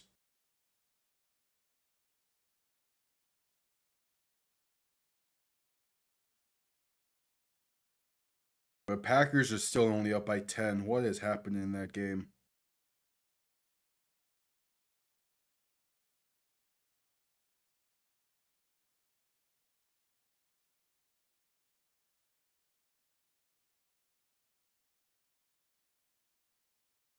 So Jones in shotgun, looking to throw. Pass over the middle, it's caught. That's going to be a gain of 9.5, maybe 10. We'll see what the spot is. But the Niners are moving right now. Like, this is a great drive to begin the half.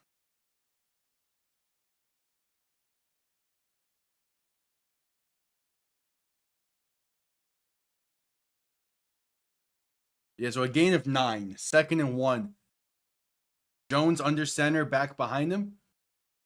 Going to hand this off up the middle for McCaffrey. He's going to get stood up. And I think be marked just short. Yep. A 3rd and inches coming up for the 49ers. Ball on about the 16.5-yard line. They're going to need the 16.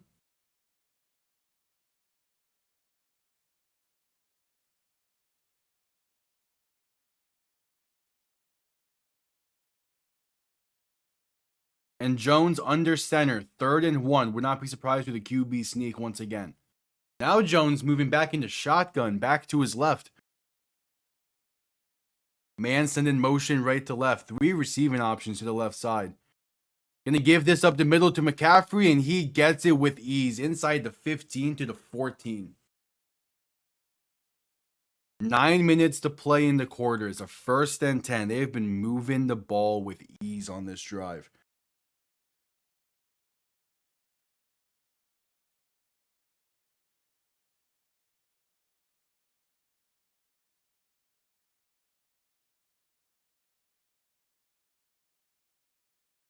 So Jones in shotgun, back behind him. 3 receivers to the left, looking to throw. Pass left side, caught by McCaffrey, and he's going to have room past the 10, out of bounds near the 8. With a penalty marker down, this will most likely be on San Fran, as there is a Buccaneers slow to get up. The Bengals started the second half with a 17-play, 78-yard drive that killed 10 minutes. Yeah, offensive pass interference on the 49ers is the penalty. Yeah, that's a great drive for Cincy to begin that half.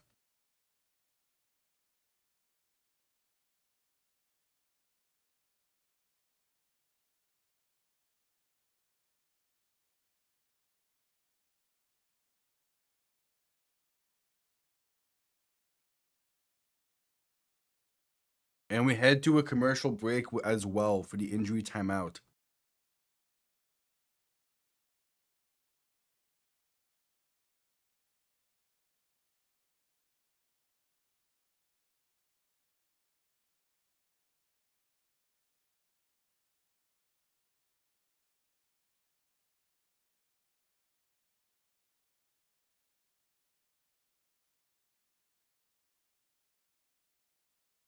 I see Cowboys fans are upset with Matt Eberflus already.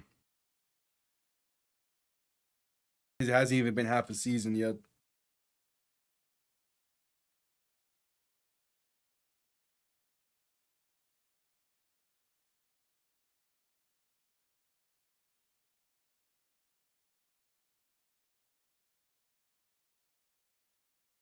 Yep, still at commercial break due to the injury timeout. The Niners have been moving the ball really well on this opening drive of the half.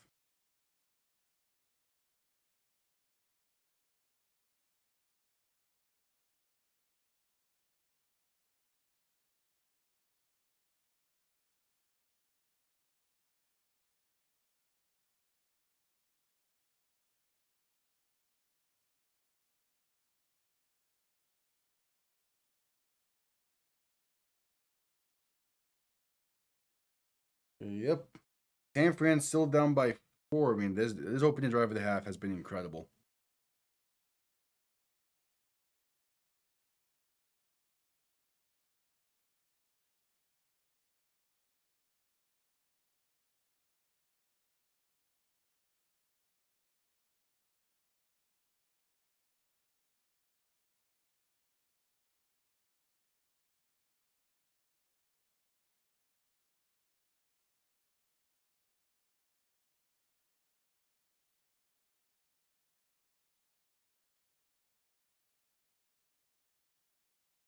Yep. Should be coming out of commercial break here shortly. Oh, Trey Hendrickson is ruled out for the game with a back injury. That's tough.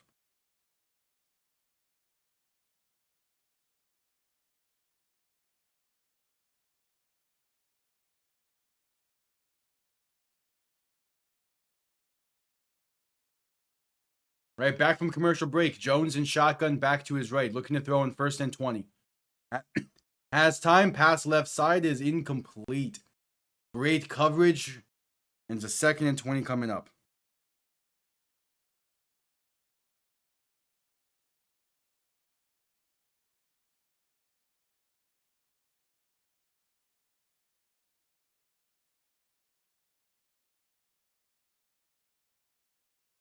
$8:17 to play in the quarter.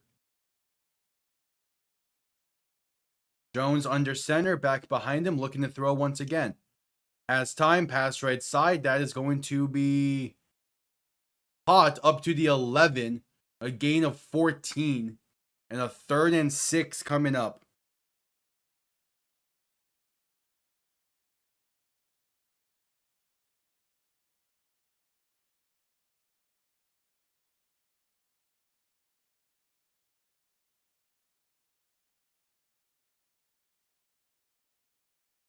A 3rd and 7.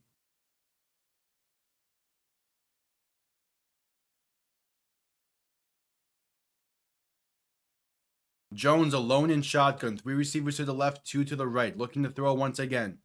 Has some time. Pass over the middle is incomplete. Looking for Kendrick Bourne, but he couldn't hang on through the coverage. And with 7.5 to play in the 3rd quarter, this drive will finally end with a field goal. That is a brilliant drive from San Fran. That's a great play from the Tampa defender to knock that ball loose. So out comes Eddie Pinheiro to try and make this a 1-point game once again. The 29-yard kick from the right hash. It is up, and it is right down the middle. There's been a lot of second half drives this season to begin halves, and I'm fine with it.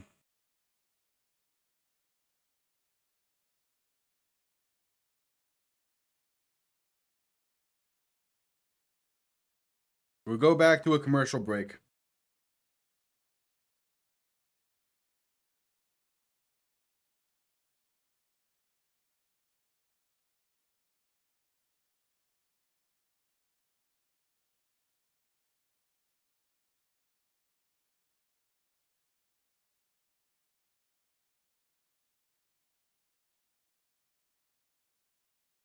We have commercial break after the great opening drive for the half only ends in a field goal as they stalled out, in part thanks to an offensive pass interference penalty.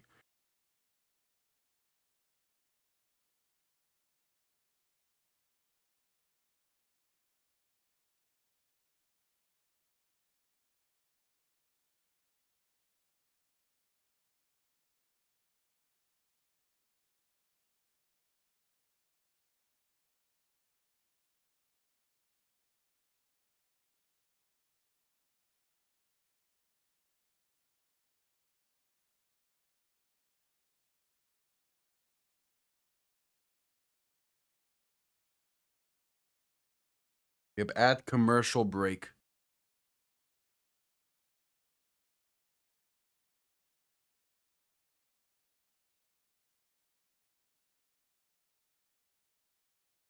We get to see Tampa's first offensive drive of the half, still with a 1-point lead, and that does matter because you play things differently.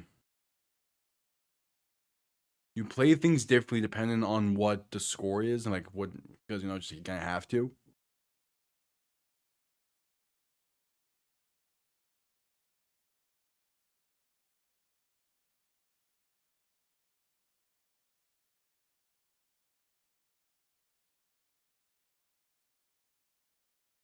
We go just coming back from commercial break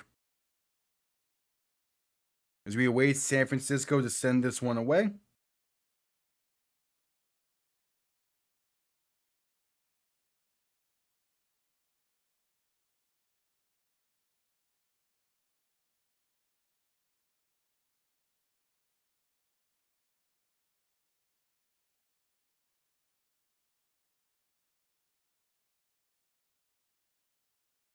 Oh, and Emeka Egbuka is doubtful to return due to a hamstring injury. That's a tough loss for this Tampa offense. As a kickoff is returned beginning from the 1, gets up past the 30 to about the 34. And we'll see what they can do.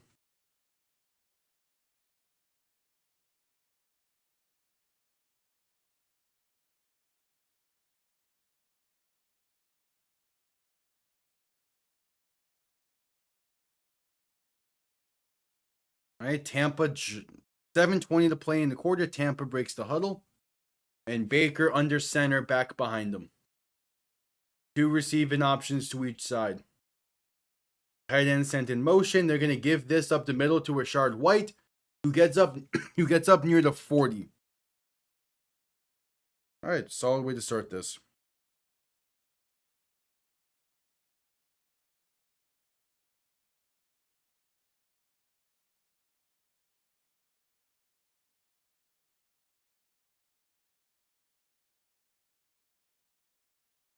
Second and 4, under 7 minutes to play in the quarter.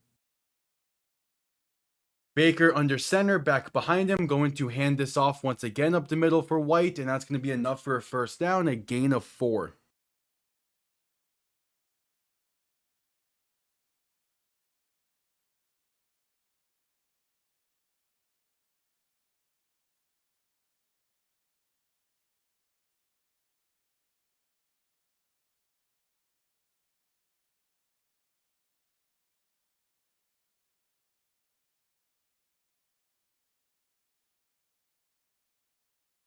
All right, first and 10. I mean, Egbuka is on the sideline with his helmet on. He seems like he wants to go in, but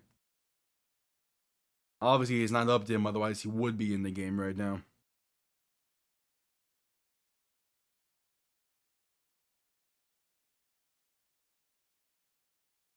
Yeah, Emeka Egbuka has been clear away the best receiver on this Tampa team this year, part due to injuries, But he's a big part of this offense. A handoff to White on 3rd and 1. Breaks off one tackle and trying to fight his way. Gets enough for a first.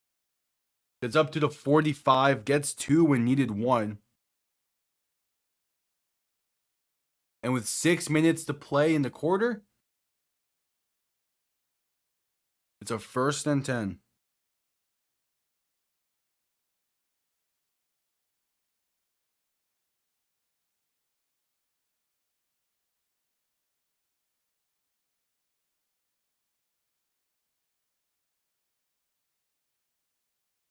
So Baker under center, back and fullback behind him. Going to play action and look to throw. Rolling right. Going to be just off the mark and incomplete. 2nd and 10 coming up.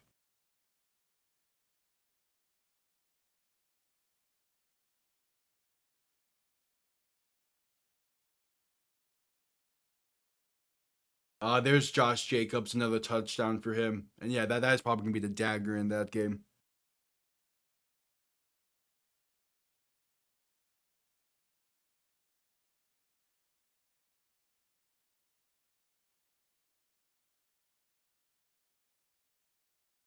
Baker in shotgun going to hand this off left side for Rashard White, who has room bouncing left side. Going to get past midfield to about the 49.5. With a penalty marker down, then this might be coming back.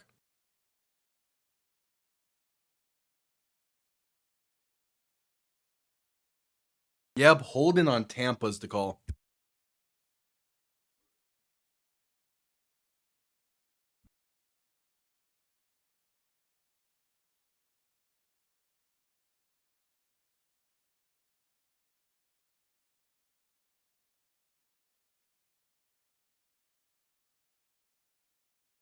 All right, 2nd and 20.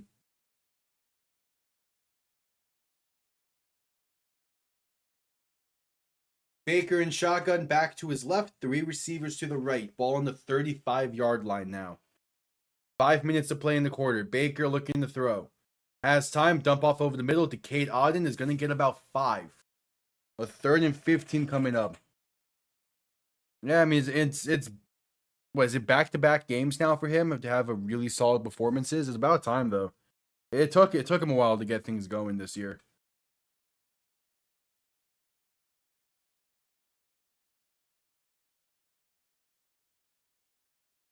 Oh yeah, I mean, what that game starts in like an hour and a half. I'll probably have it on in the background during Lions and Chiefs, but I'm not fully sure.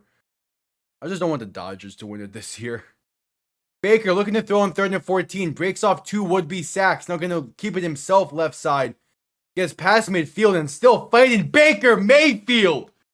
A 15-yard carry and he keeps the chains alive. Man, Baker is such a fun quarterback to watch. Holy shit. He makes something out of nothing and keeps this drive alive. He was dead to rights like 5 different times on that play. And he did not care. That is an insane effort to get the first. Baker under center, back behind him. Tossing this right side for Sean Tucker is going to lose a yard.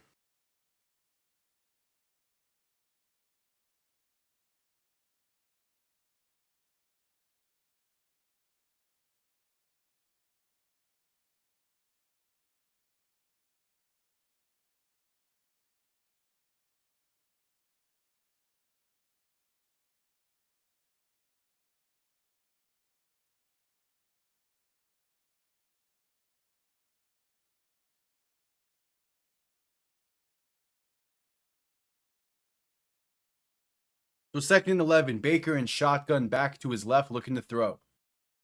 Has some time passing deep. Left side has a man. It's caught. Touchdown Tampa.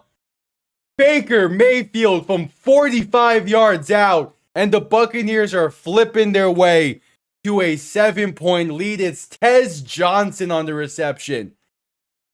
What a throw with pressure surrounding him. And what a catch from Tez Johnson. Just wow. 2:40 to play.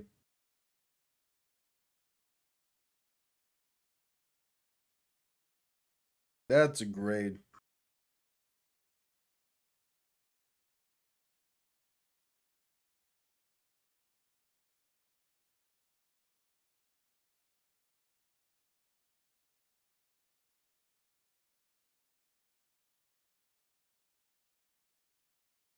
The extra point is up, and it sneaks through the left upright. It's an 8-point Buccaneer lead.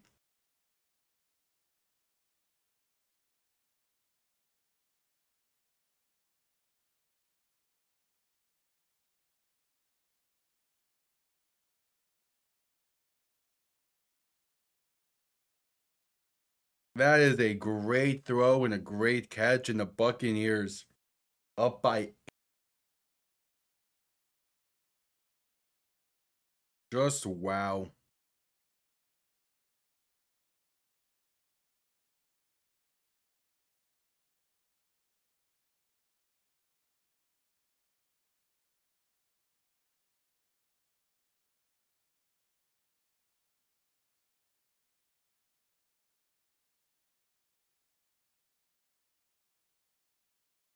That's Tez Johnson's first touchdown grab of his career. And what what a way to get it.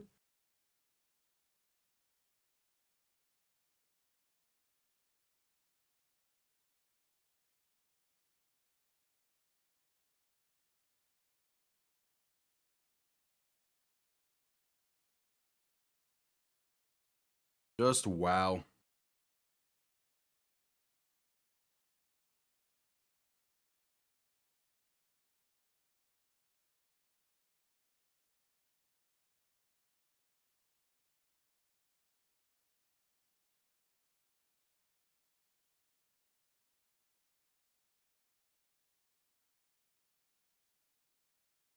All right, at commercial break still. Baker's gonna. I mean, Tampa has a deep receiver room, man. It's insane.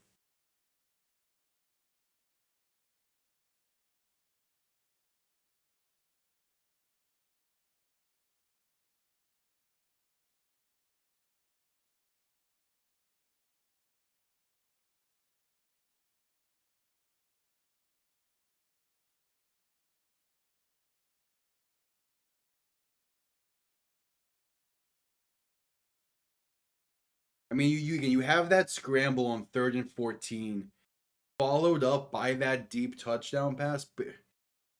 Baker Mayfield is going to will Tampa to a Super Bowl.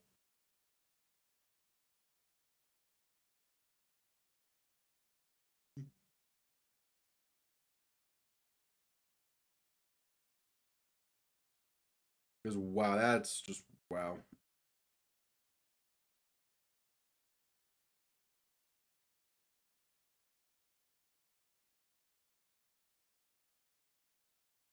All right, just coming back from commercial break, Tampa set to send this one down after taking an 8-point lead off of a 47-yard touchdown pass from Baker Mayfield. Kick underway, going to be returned beginning from the 1. Has room out past the 20, 25, past the 30 to the 32. Will be brought down.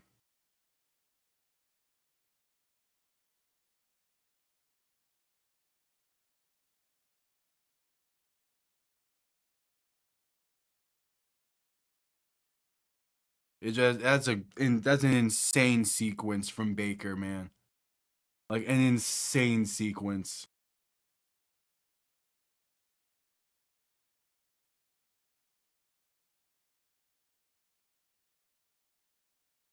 All right, Jones in shotgun, back to his right. 3 receiving options to the left. 1st and 10 from the 32, looking to throw. Pressure coming, pass over the middle is going to be caught for a gain of roughly 2 or 3.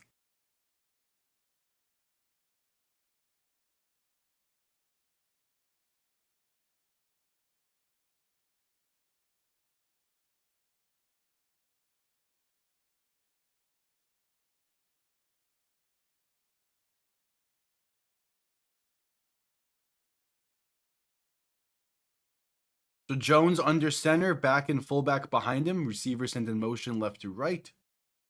Going to toss this right side for Christian McCaffrey, who has some blocking to get up to the 39. A 3rd and 3, 3rd and 4 coming up.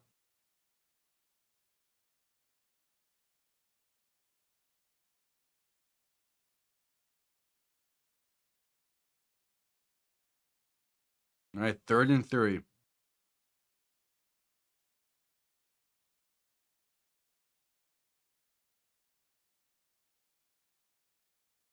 A minute and a half to play in the 3rd. Baker in shotgun back to his right, 2 receiving options to each side. Going to look to throw once again. Quick pass over the middle is caught up to the 45. That is Juwan Jennings on the reception.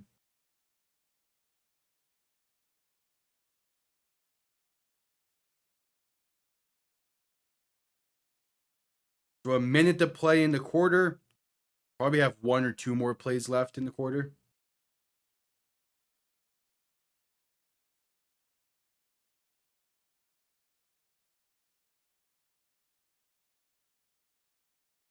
So Jones under center, back behind him, 2 receiving options to each side. Play clock winding down. They get the snap off as Jones looks to throw. Has some time, pass right side, going to be caught past the 40 to the 38. And that will most likely be the final play of the quarter, I would imagine.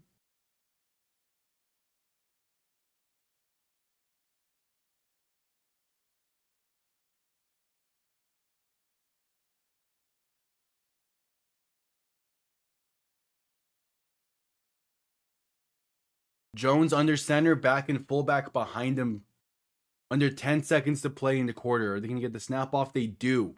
Handoff left side to McCaffrey, and he's going to break off some tackles and create something out of nothing. Getting past the 35 and still being pushed forward to the 31. There is a penalty marker down. So the final play of the quarter is going to end either with a 49ers first down or a 49ers first and long. I'd imagine it's going to be the first and long scenario. Yep, holding on the 49ers is how the 3rd quarter ends. So it's going to be a first and long when we get back from this commercial break, but 15 minutes remain with an 8-point Tampa lead. This game is probably going to come down to the wire. But we head into a commercial break. I'll quickly be right back.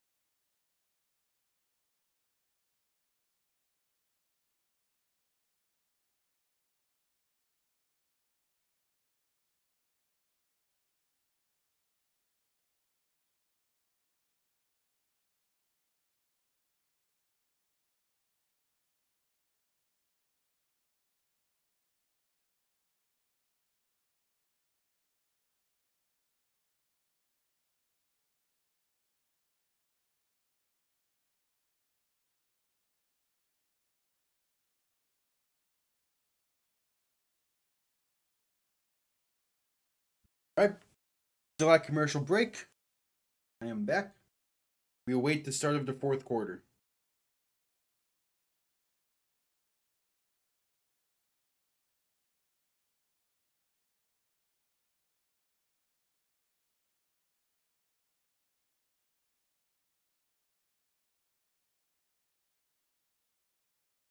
Here we go, just getting back from the commercial break. Let's see what Tampa has in store. Especially defensively, as it's 49ers ball on 1st and 16. Jones in shotgun, back to his left. 3 receiving options to the right. Tight end sent in motion, as Jones will look to throw. Pressure coming, pass right side, going to be caught by Brian Robinson. And that's a gain of roughly, he stayed on his feet and up, they're ruling him down. Gain of 2. So a 2nd and 14 coming up.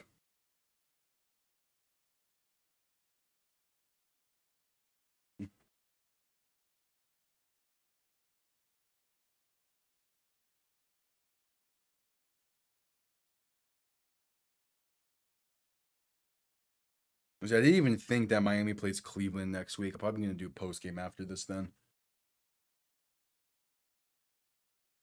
Jones in shotgun, back to his right, going to hand this off up the middle to Christian McCaffrey, and he's going to get past the 40 to the 39. A 3rd and 11 coming up.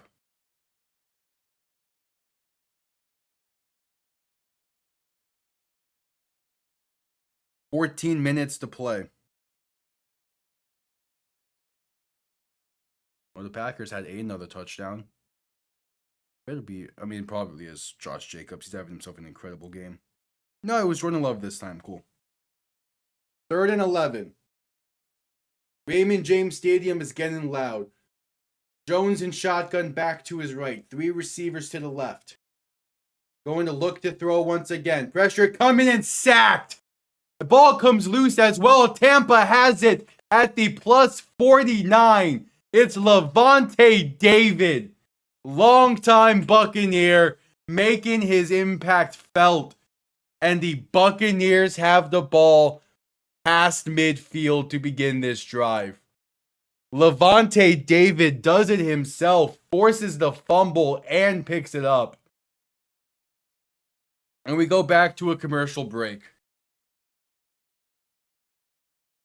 With that, some around the leagues update. There's 3 minutes to play between Tennessee and Vegas. Is a 20-10 lead for the Raiders. And the Packers are up 24-10 with 7.5 to play against the Bengals.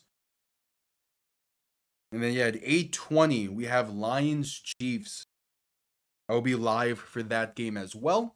And also tomorrow night, I will be live with Bills and Falcons.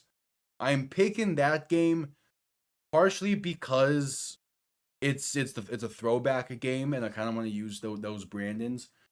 And also, I don't really have a lot of expectations for Bears Commanders, which is also tomorrow night. So there's that. Also, again, I'm a Dolphins fan. I'm AFC East minded, so I know the Bills roster a lot more, and that game would just be easier for me to call. And plus, it would get done around like 10 o'clock-ish, so I have more time to work on stuff afterwards.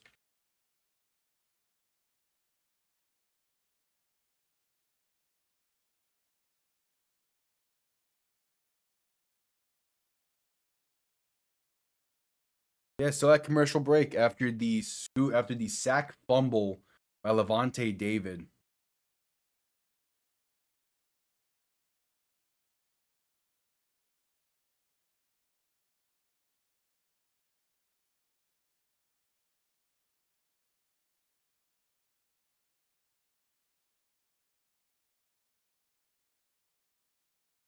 And we'll see what Tampa can do with it.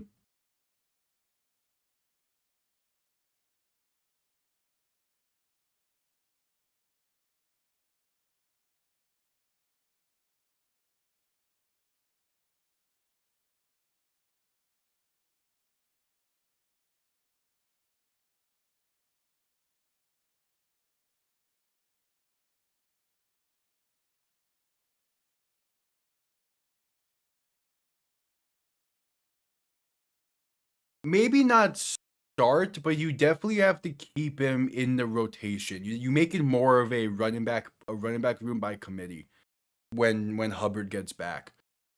Because there's no way you can keep Dowdle off the field with how he's been playing. You need to keep him. You need a way to utilize him still. So whereas before with Hubbard, if it was like if it was like a 70-30 split on snaps, maybe it's now 60-40 or like 55-45.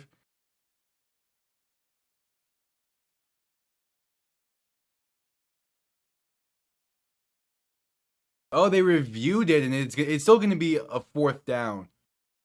But after review, instead of it being a sack fumble, it's just a sack for Levante David. Or yeah, because it said call overturned. That ball seemingly is coming loose by the time his knee touches, but I guess the shin is down, yeah.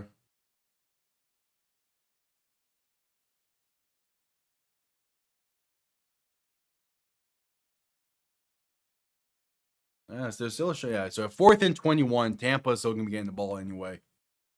But now the Niners can have to send this one down.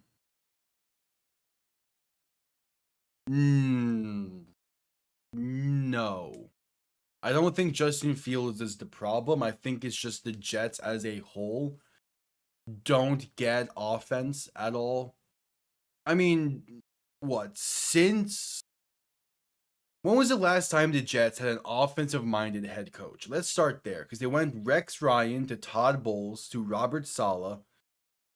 And then now they have Aaron Glenn. They had Adam Gase in that window, but he's not a good coach.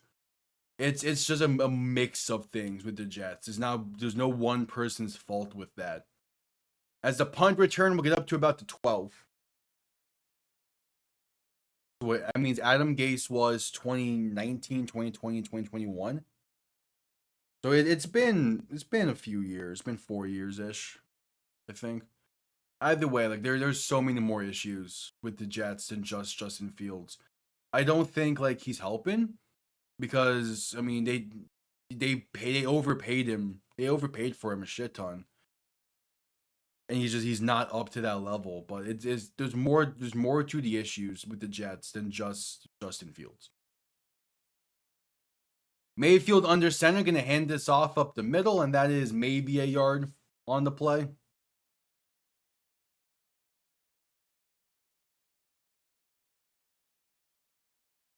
It's just they need to figure out an offensive style that works for them, and they just have not done that at all. Really, since the Sanchez era, and even then, it only worked for 2 years.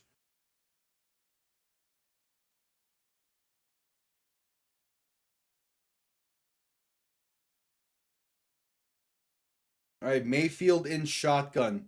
3 receivers to the right, 2 to the left. A 2nd and 9 from the 15. Looking to throw. Mayfield has some time. Pass over the middle is a wide open receiver. Caught past the 30, breaking tackles. Past the 45, past midfield. And down to the 49. It's Sterling Shepard on the reception. And the Buccaneers are past midfield. I think you have to stick with Field. It's a 2-year contract. You kind of have to stick with him. And like next year is when his contract really kicks in. Next year is the front of his cap hit. You kind of have to. The thing is, you signed a bad contract. The Jets have now pigeonholed themselves into a quarterback that just isn't good enough on a team that is nowhere near good enough. Handoff up the middle is going to get about 6.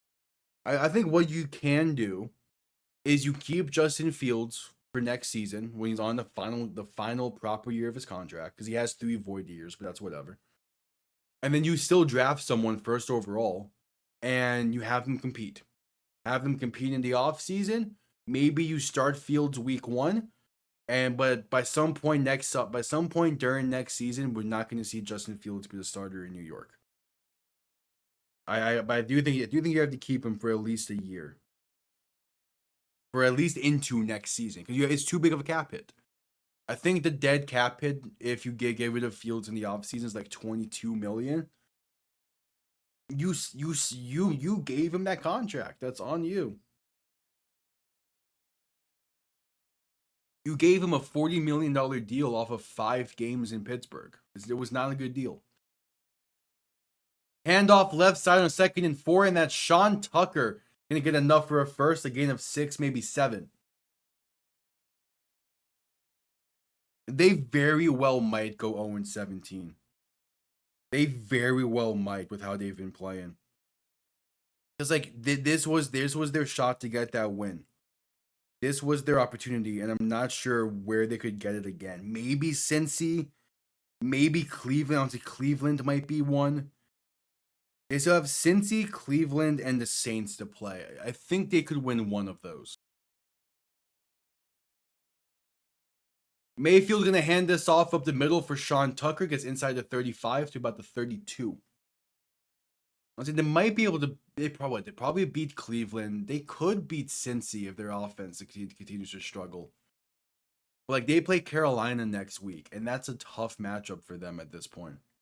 And also, it depends on when they make the change to Tyrod Taylor.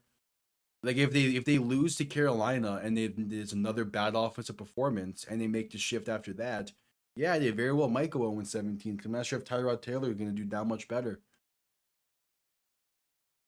Mayfield under center, back behind him, 2nd and 6. Going to hand this off once again. And Rashard White's going to lose about 5.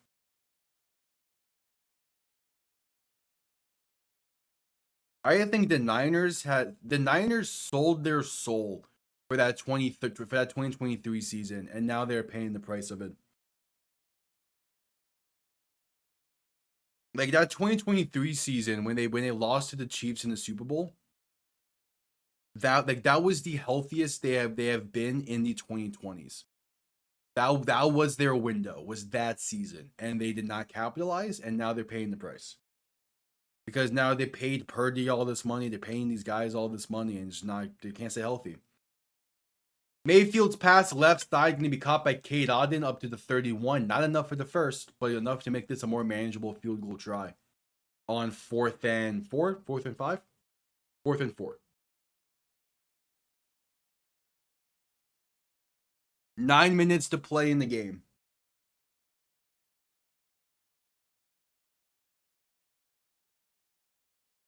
Okay, the inactives list that's released for Sunday Night Football, and it's a solid one. A 49-yard kick from the left hash for Chase McLaughlin. Kick is up, and it is no good. He missed it to the right, and the Niners stay alive in a one-score game with 8:40 to play. Yeah. Kind of. The Madden curse is one of those weird things where if you really do stretch it, it does work for everyone, but there's definitely some players where it works more than others. I mean, Antonio Brown has never been the same since he graced the cover in Madden 19. And then like Barkley's having a down year this year. McCaffrey was injured last year when he was on the cover. Sean Alexander was never the same after he graced the cover. Hayden Hillis is the same way. Alvin Johnson retired shortly after he was on the cover, but the season he was on the cover was his nearly 2,000-yard receiving season, so there is that. Dante Culpepper was on a Madden cover, and he was never the same.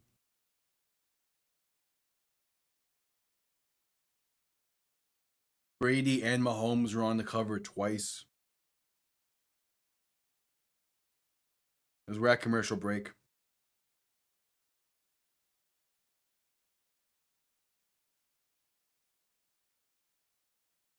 I would still say the Giants are hard outs. I don't think they make the playoffs this year. But if they can build around that team, if they can build around Scatterboo and Jackson Dart, be on the lookout for the Giants in the next 2-3 years to go on a run in some capacity. Hell, I would say even next year. Like if they build that team properly, next year could be a fun year to be a Giants fan.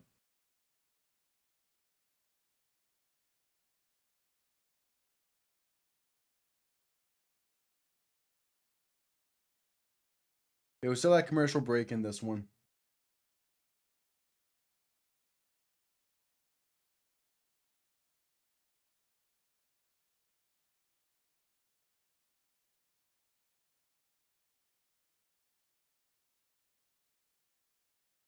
All right, so after the missed 49-yard field goal, it remains an 8-point game as we're just getting back from commercial break.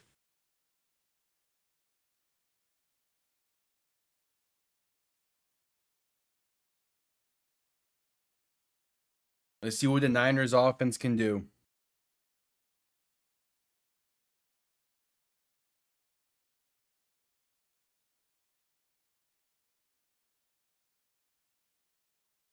Jones under center, back behind him. 2 receiving options to each side.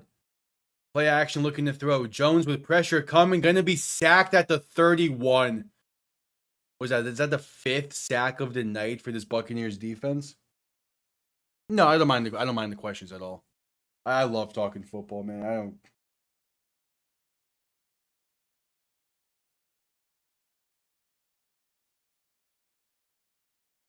And like I don't. I wanted to eventually do like the Q&As and stuff, but I just don't have the time right now. So yeah, if you got questions surrounding really any sport, baseball I wouldn't give you as much information about, but like hockey, basketball, football, let them fly. I'll make sure to try and get to them. Jones looking to throw in 2nd and 17. Pass right side going to be caught, and there's room for a gain of about, what was that, 13? For that Jake Tongs on the reception.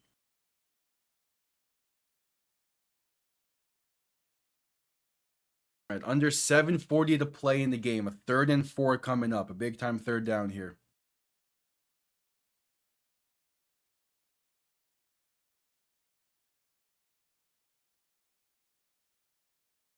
Yes. I think the Rams are really good, and also the Ravens are really bad this year. The Rams, I still think, are a Super Bowl contender, despite kind of how shaky they've been at times. But I do think that the Rams, they have the pieces. To be a true contender. I need to see more details on the Puka injury though. As the Niners call their first timeout.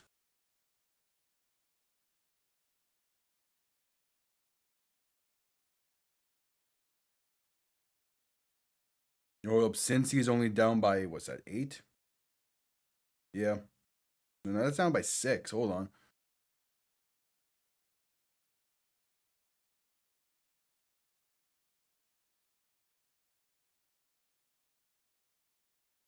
And then yeah, the Ravens, I mean, I think the Ravens are about to become the question of at what point do you keep Lamar Jackson out?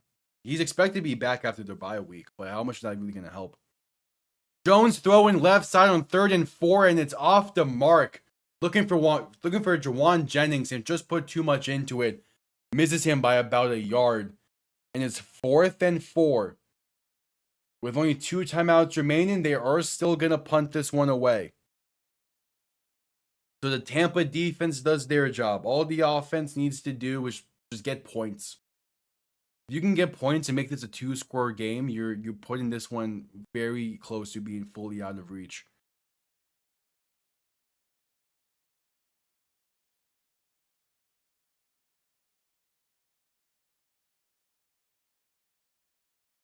Bro, what is this Jamar Chase touchdown? Punt comes off clean, gonna be fair caught at the 10, a penalty marker down.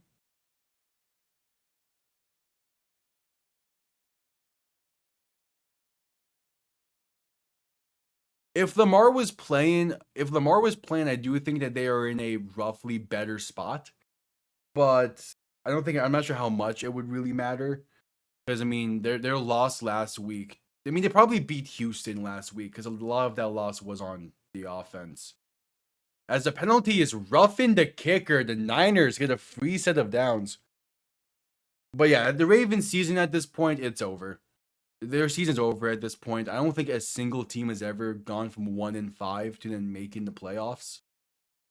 It's over at this point, and it might be a blessing in disguise because you get a really high valuable draft pick to add to a team that definitely needs a true playmaker at receiver. Quick pass right side can be caught by Kendrick Bourne for about 11. Another first down for San Fran. Under 7 minutes to play now. It's like for as much as I like Zay Flowers and it's cool that they have DeAndre Hopkins, they need another true threat at receiver. And they just don't have that right now. And if they get a top 10 pick, they can definitely add that.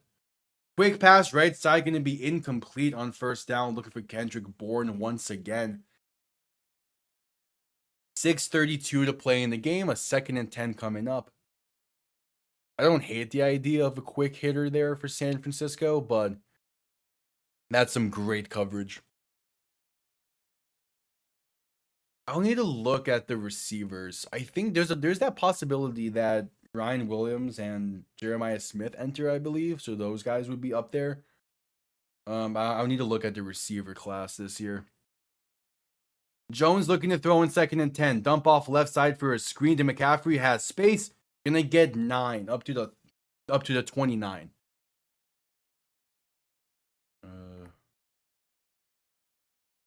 Six. Let's see. If anyone that stands out amongst this list. A 3rd and 1 trying to QB sneak, and he's not going to get it. He is stood up well short of the line to gain. So a 4th down coming up.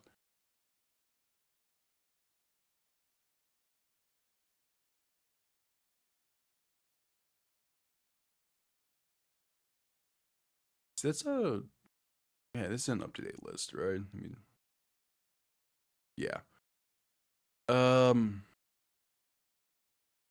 Carnell Tate is a name that stands out amongst all of these to me. I don't think he's a top 10 pick worthy guy though. Yeah, it might be a weird year for receivers. We'll see. We'll see as the college season progresses. But even then, like someone like Eli Stowers at tight end, with how athletic he is and how dynamic he is, that could be worth it as well for them. We pair him up with Isaiah Likely, and you can move on from Mark Andrews. Is a possibility, or you figure out something else from there. But there's definitely guys here.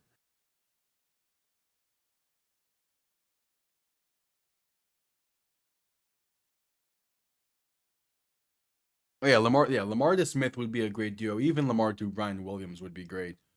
But it doesn't seem like that they're entering the draft after this. And I don't think Ryan Williams can enter. And I think Jeremiah Smith would probably be better off staying another year at Ohio State if he has that choice, or if he can choose to enter the draft. But I don't know. I mean, either way, he's a surefire best receiver in the class this year. 4th and 1, the offense is staying on the field. Jones under center. And there's movement up front before the snap. Gonna be a false start on the 49ers. And that's gonna force their hand. Out comes Eddie Pinheiro for a field goal try.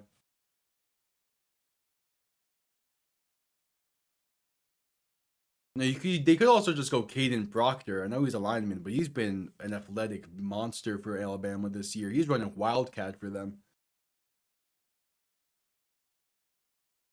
It's been great to watch all that happen. Oh, the offense is staying on the field still. Jones in shotgun, back to his right, 2 receivers to each side. This might be a game on the line situation here. Jones looking to throw. Pass left side is picked off. Intercepted and being returned. Up past the 20 and going to get down near the 19. That's a great interception for Jamal Dean. A penalty marker is down. We'll see what this is. But as it stands, that might be a game-sealing interception. Well, so obviously, Tampa's offense will need to do something here. But that's a great interception going up for that one.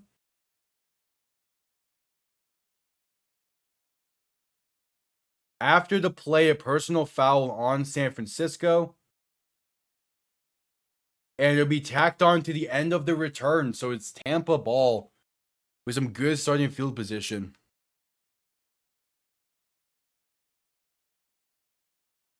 All right. Yeah, that's a great interception. It would have been incomplete either way because I think Jawan Jennings gets laid out there by the time the ball arrives. Yeah, that's a great interception from Jamal Dean. And we go to a commercial break off of that.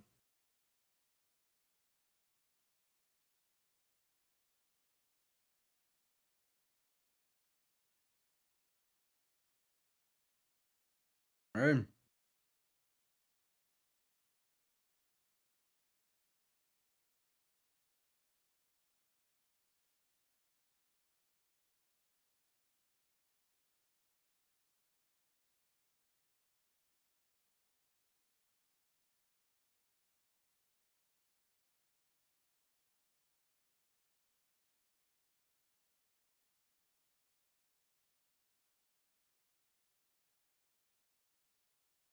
Yeah, at commercial break. Yeah, I'm so happy I decided to hold off on recording Dolphins post game because I now have a prime quote from Tua to use to solidify the point of something needs to change in Miami.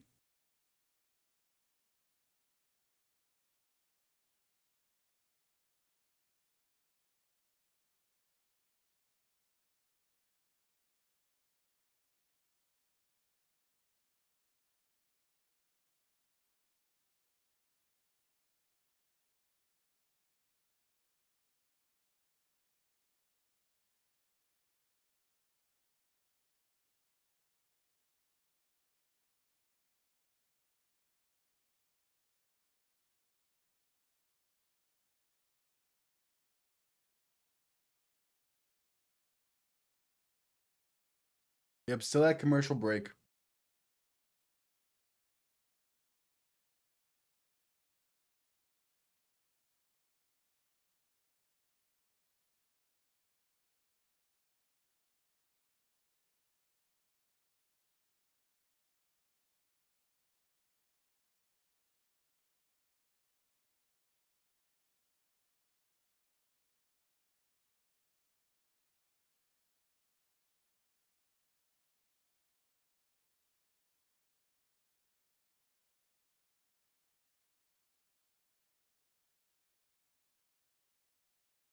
All right, so Baker under center, back behind him, 3 receiving options to the left, just getting out of commercial break.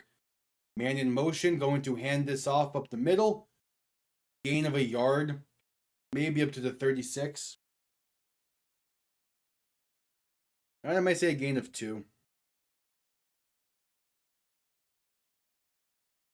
Oh yeah, that's definitely a clear personal foul. All right, 2nd and 8. They ruled it a gain of 2.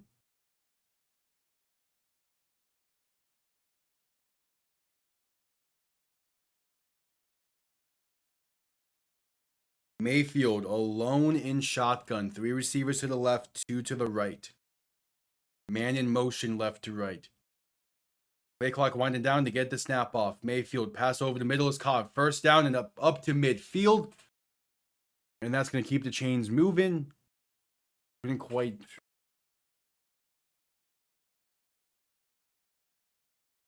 That is Hayden Johnson on the reception, I believe. Cameron Johnson on the reception. 4.5 to play in the game. The 49ers only have 2 timeouts remaining. All Tampa needs is about 2 more first downs. Mayfield under center, back behind him. 3 receiving options to the right. Man in motion as Mayfield's going to hand this off, but they couldn't. Attempted to hand it off.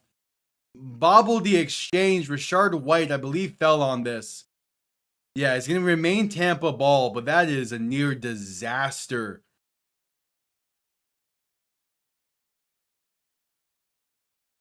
Yeah, they got lucky that White fell on that. He needs to be able to hang on to that exchange. Mayfield lines it up perfectly. He closed the window too soon. The 49ers have gone 12 straight games without an interception. That's crazy. Mayfield alone in shotgun. 3 receivers to the right, 2 to the left. Looking to throw. Has some time. Pass over the middle. It's caught. That's Cameron Johnson inside, I believe, the 35 and down to the 32. With a big time first down once again for the Buccaneers. And Baker Mayfield, man. He's just playing good football this year.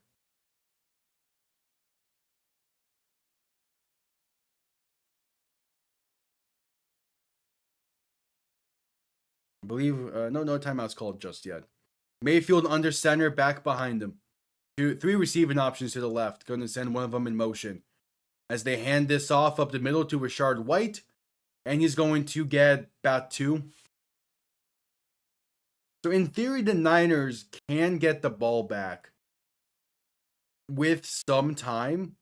because of the 2-minute warning, but they're gonna be down by they'll be down by 11 at that point. They call their first timeout here, or the second timeout. So a 2nd and 8 coming up.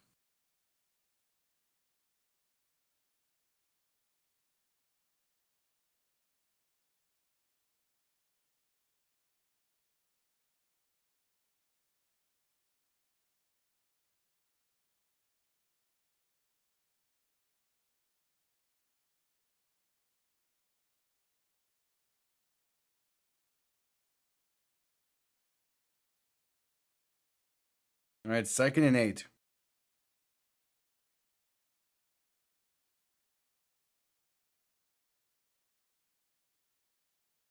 Baker under center, back behind him, going to hand this off up the middle. Gets inside the 30 to about the 27. And the 49ers will call their final timeout with 2:38 to play. A first down ends the game.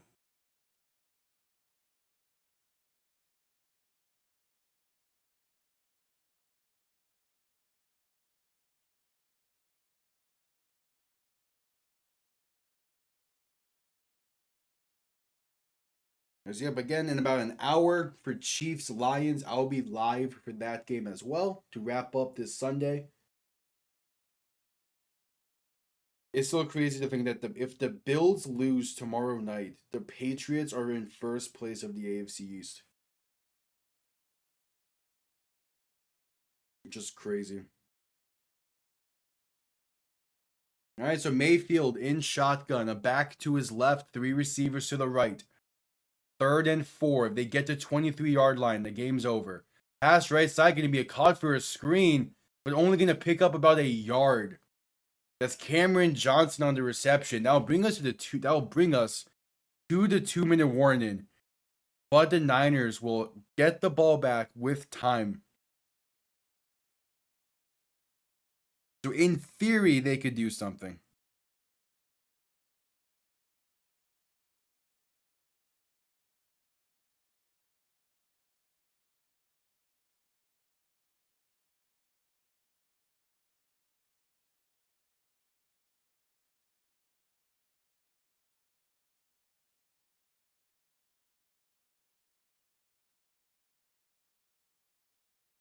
We have 2-minute warning. 2 minutes to play in this one. Tampa, if they can hit this kick, they're going to be up by 11. But first, we have a commercial break.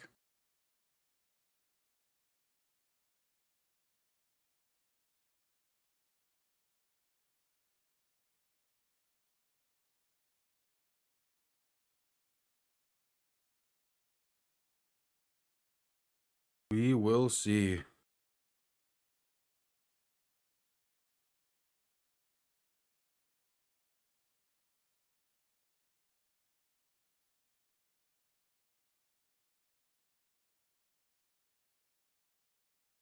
Yep, add commercial break.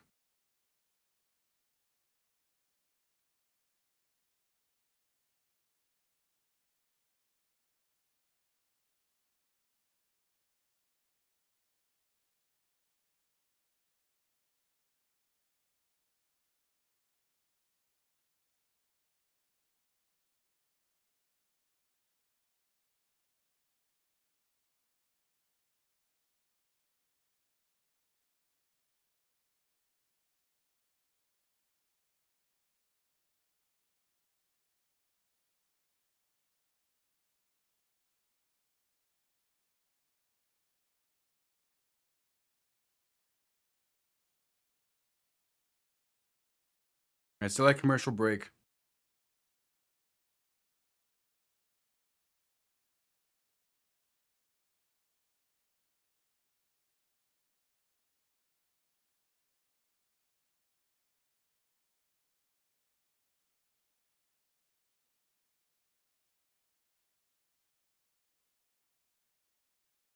Still at commercial break.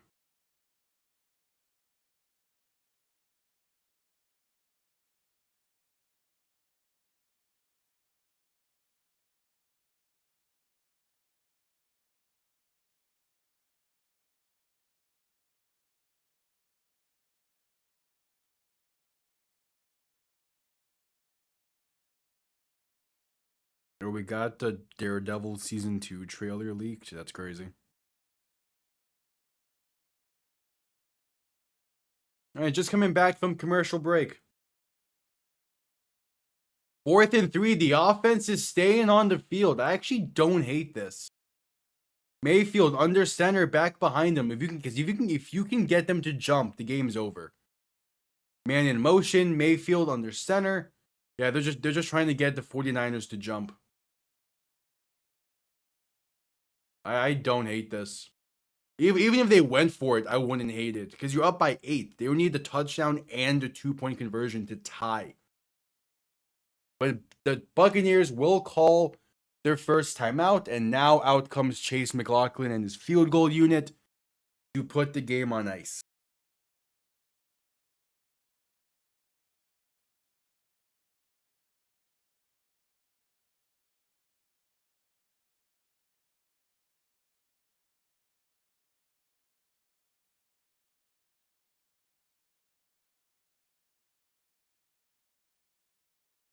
All right, a 45-yard kick. He missed from 49 earlier. This to put the game away from the right hash. Kick is up, and it is right down the middle. The 49ers, with 1:55 to play, would need a miracle, down by 11.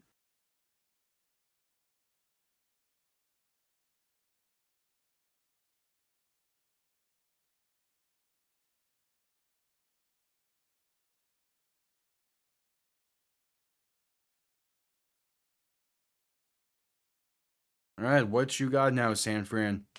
Do you have a miracle in you?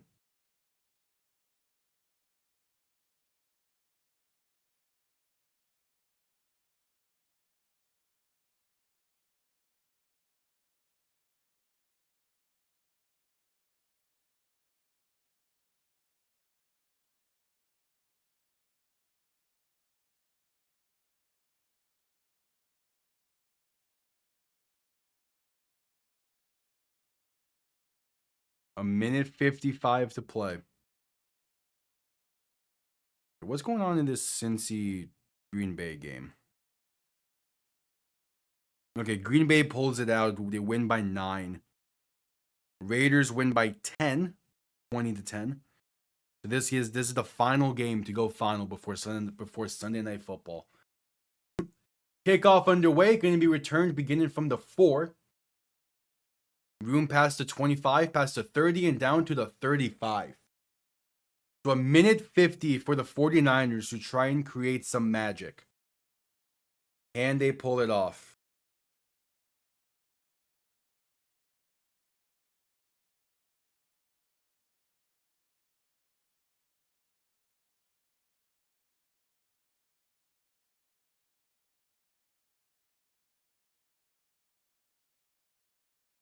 So Jones in shotgun, back to his left. 2 receiving options to each side, looking to throw. Pressure coming. Escapes 1 sack, but couldn't escape anymore. He's brought down at the 24-yard line. Oh, and this is a tight one. A 1:35 now to play.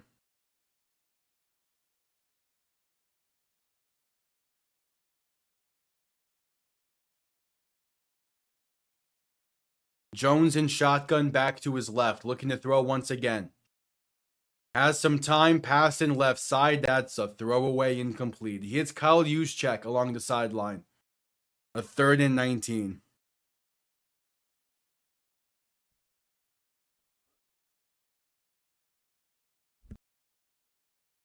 All right, 3rd and 19.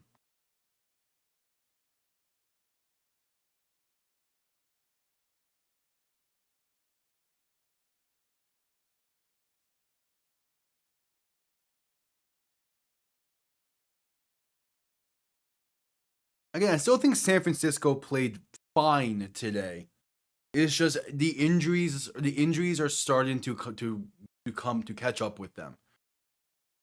And when you're playing a team like Tampa, that they're, especially defensively, you need your defense to be at full capacity. Oh, they ruled intentional grounding on that previous play, which makes sense. 3rd and 27 now. Jones alone in shotgun, 3 receivers to the left, 2 to the right. 1:06 to play in the game. Jones looking to throw. Has some time, pass over the middle, caught by Christian McCaffrey. He spins his way past the 30, past the 35, and down to the 38. And there's some pushing and shoving going post play here. But they're going hurry up. 50 seconds to play. Jones in shotgun back to his left, 2 receivers to each side. Sending one of them in motion left to right. As Jones looking to throw. Quick pass right side, going to be caught and get out of bounds as Marquez Valdez-Scantling on the reception. And that was 4th and 6. It's a turnover on downs. That will do it. The Tampa Bay Buccaneers, coming off of that great win in Seattle, has now taken down the 49ers and are 5-1 on the season. And they sit firmly on top of the NFC South. All it takes is one knee down.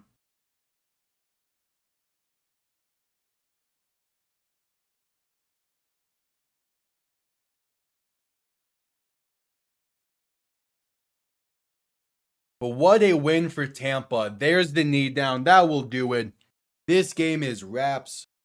A 30-19 win for the Buccaneers. That is a great win. That's a great win. All right, we got one more game on the docket. In about an hour, I'll be live for Chiefs and Lions. Hope to see you all there. But yeah, Dolphin game, close. Be fine. I'll be probably be recording post game now. Might save it for after Sunday Night Football. Either way, post game will go up tomorrow. It doesn't seem like any big moves are going to be made in Miami, but definitely have stuff I want to talk about now that I waited the extra few hours. But yeah, thank you all for tuning in. I'll see you all next time. Have yourselves a damn good one. Peace.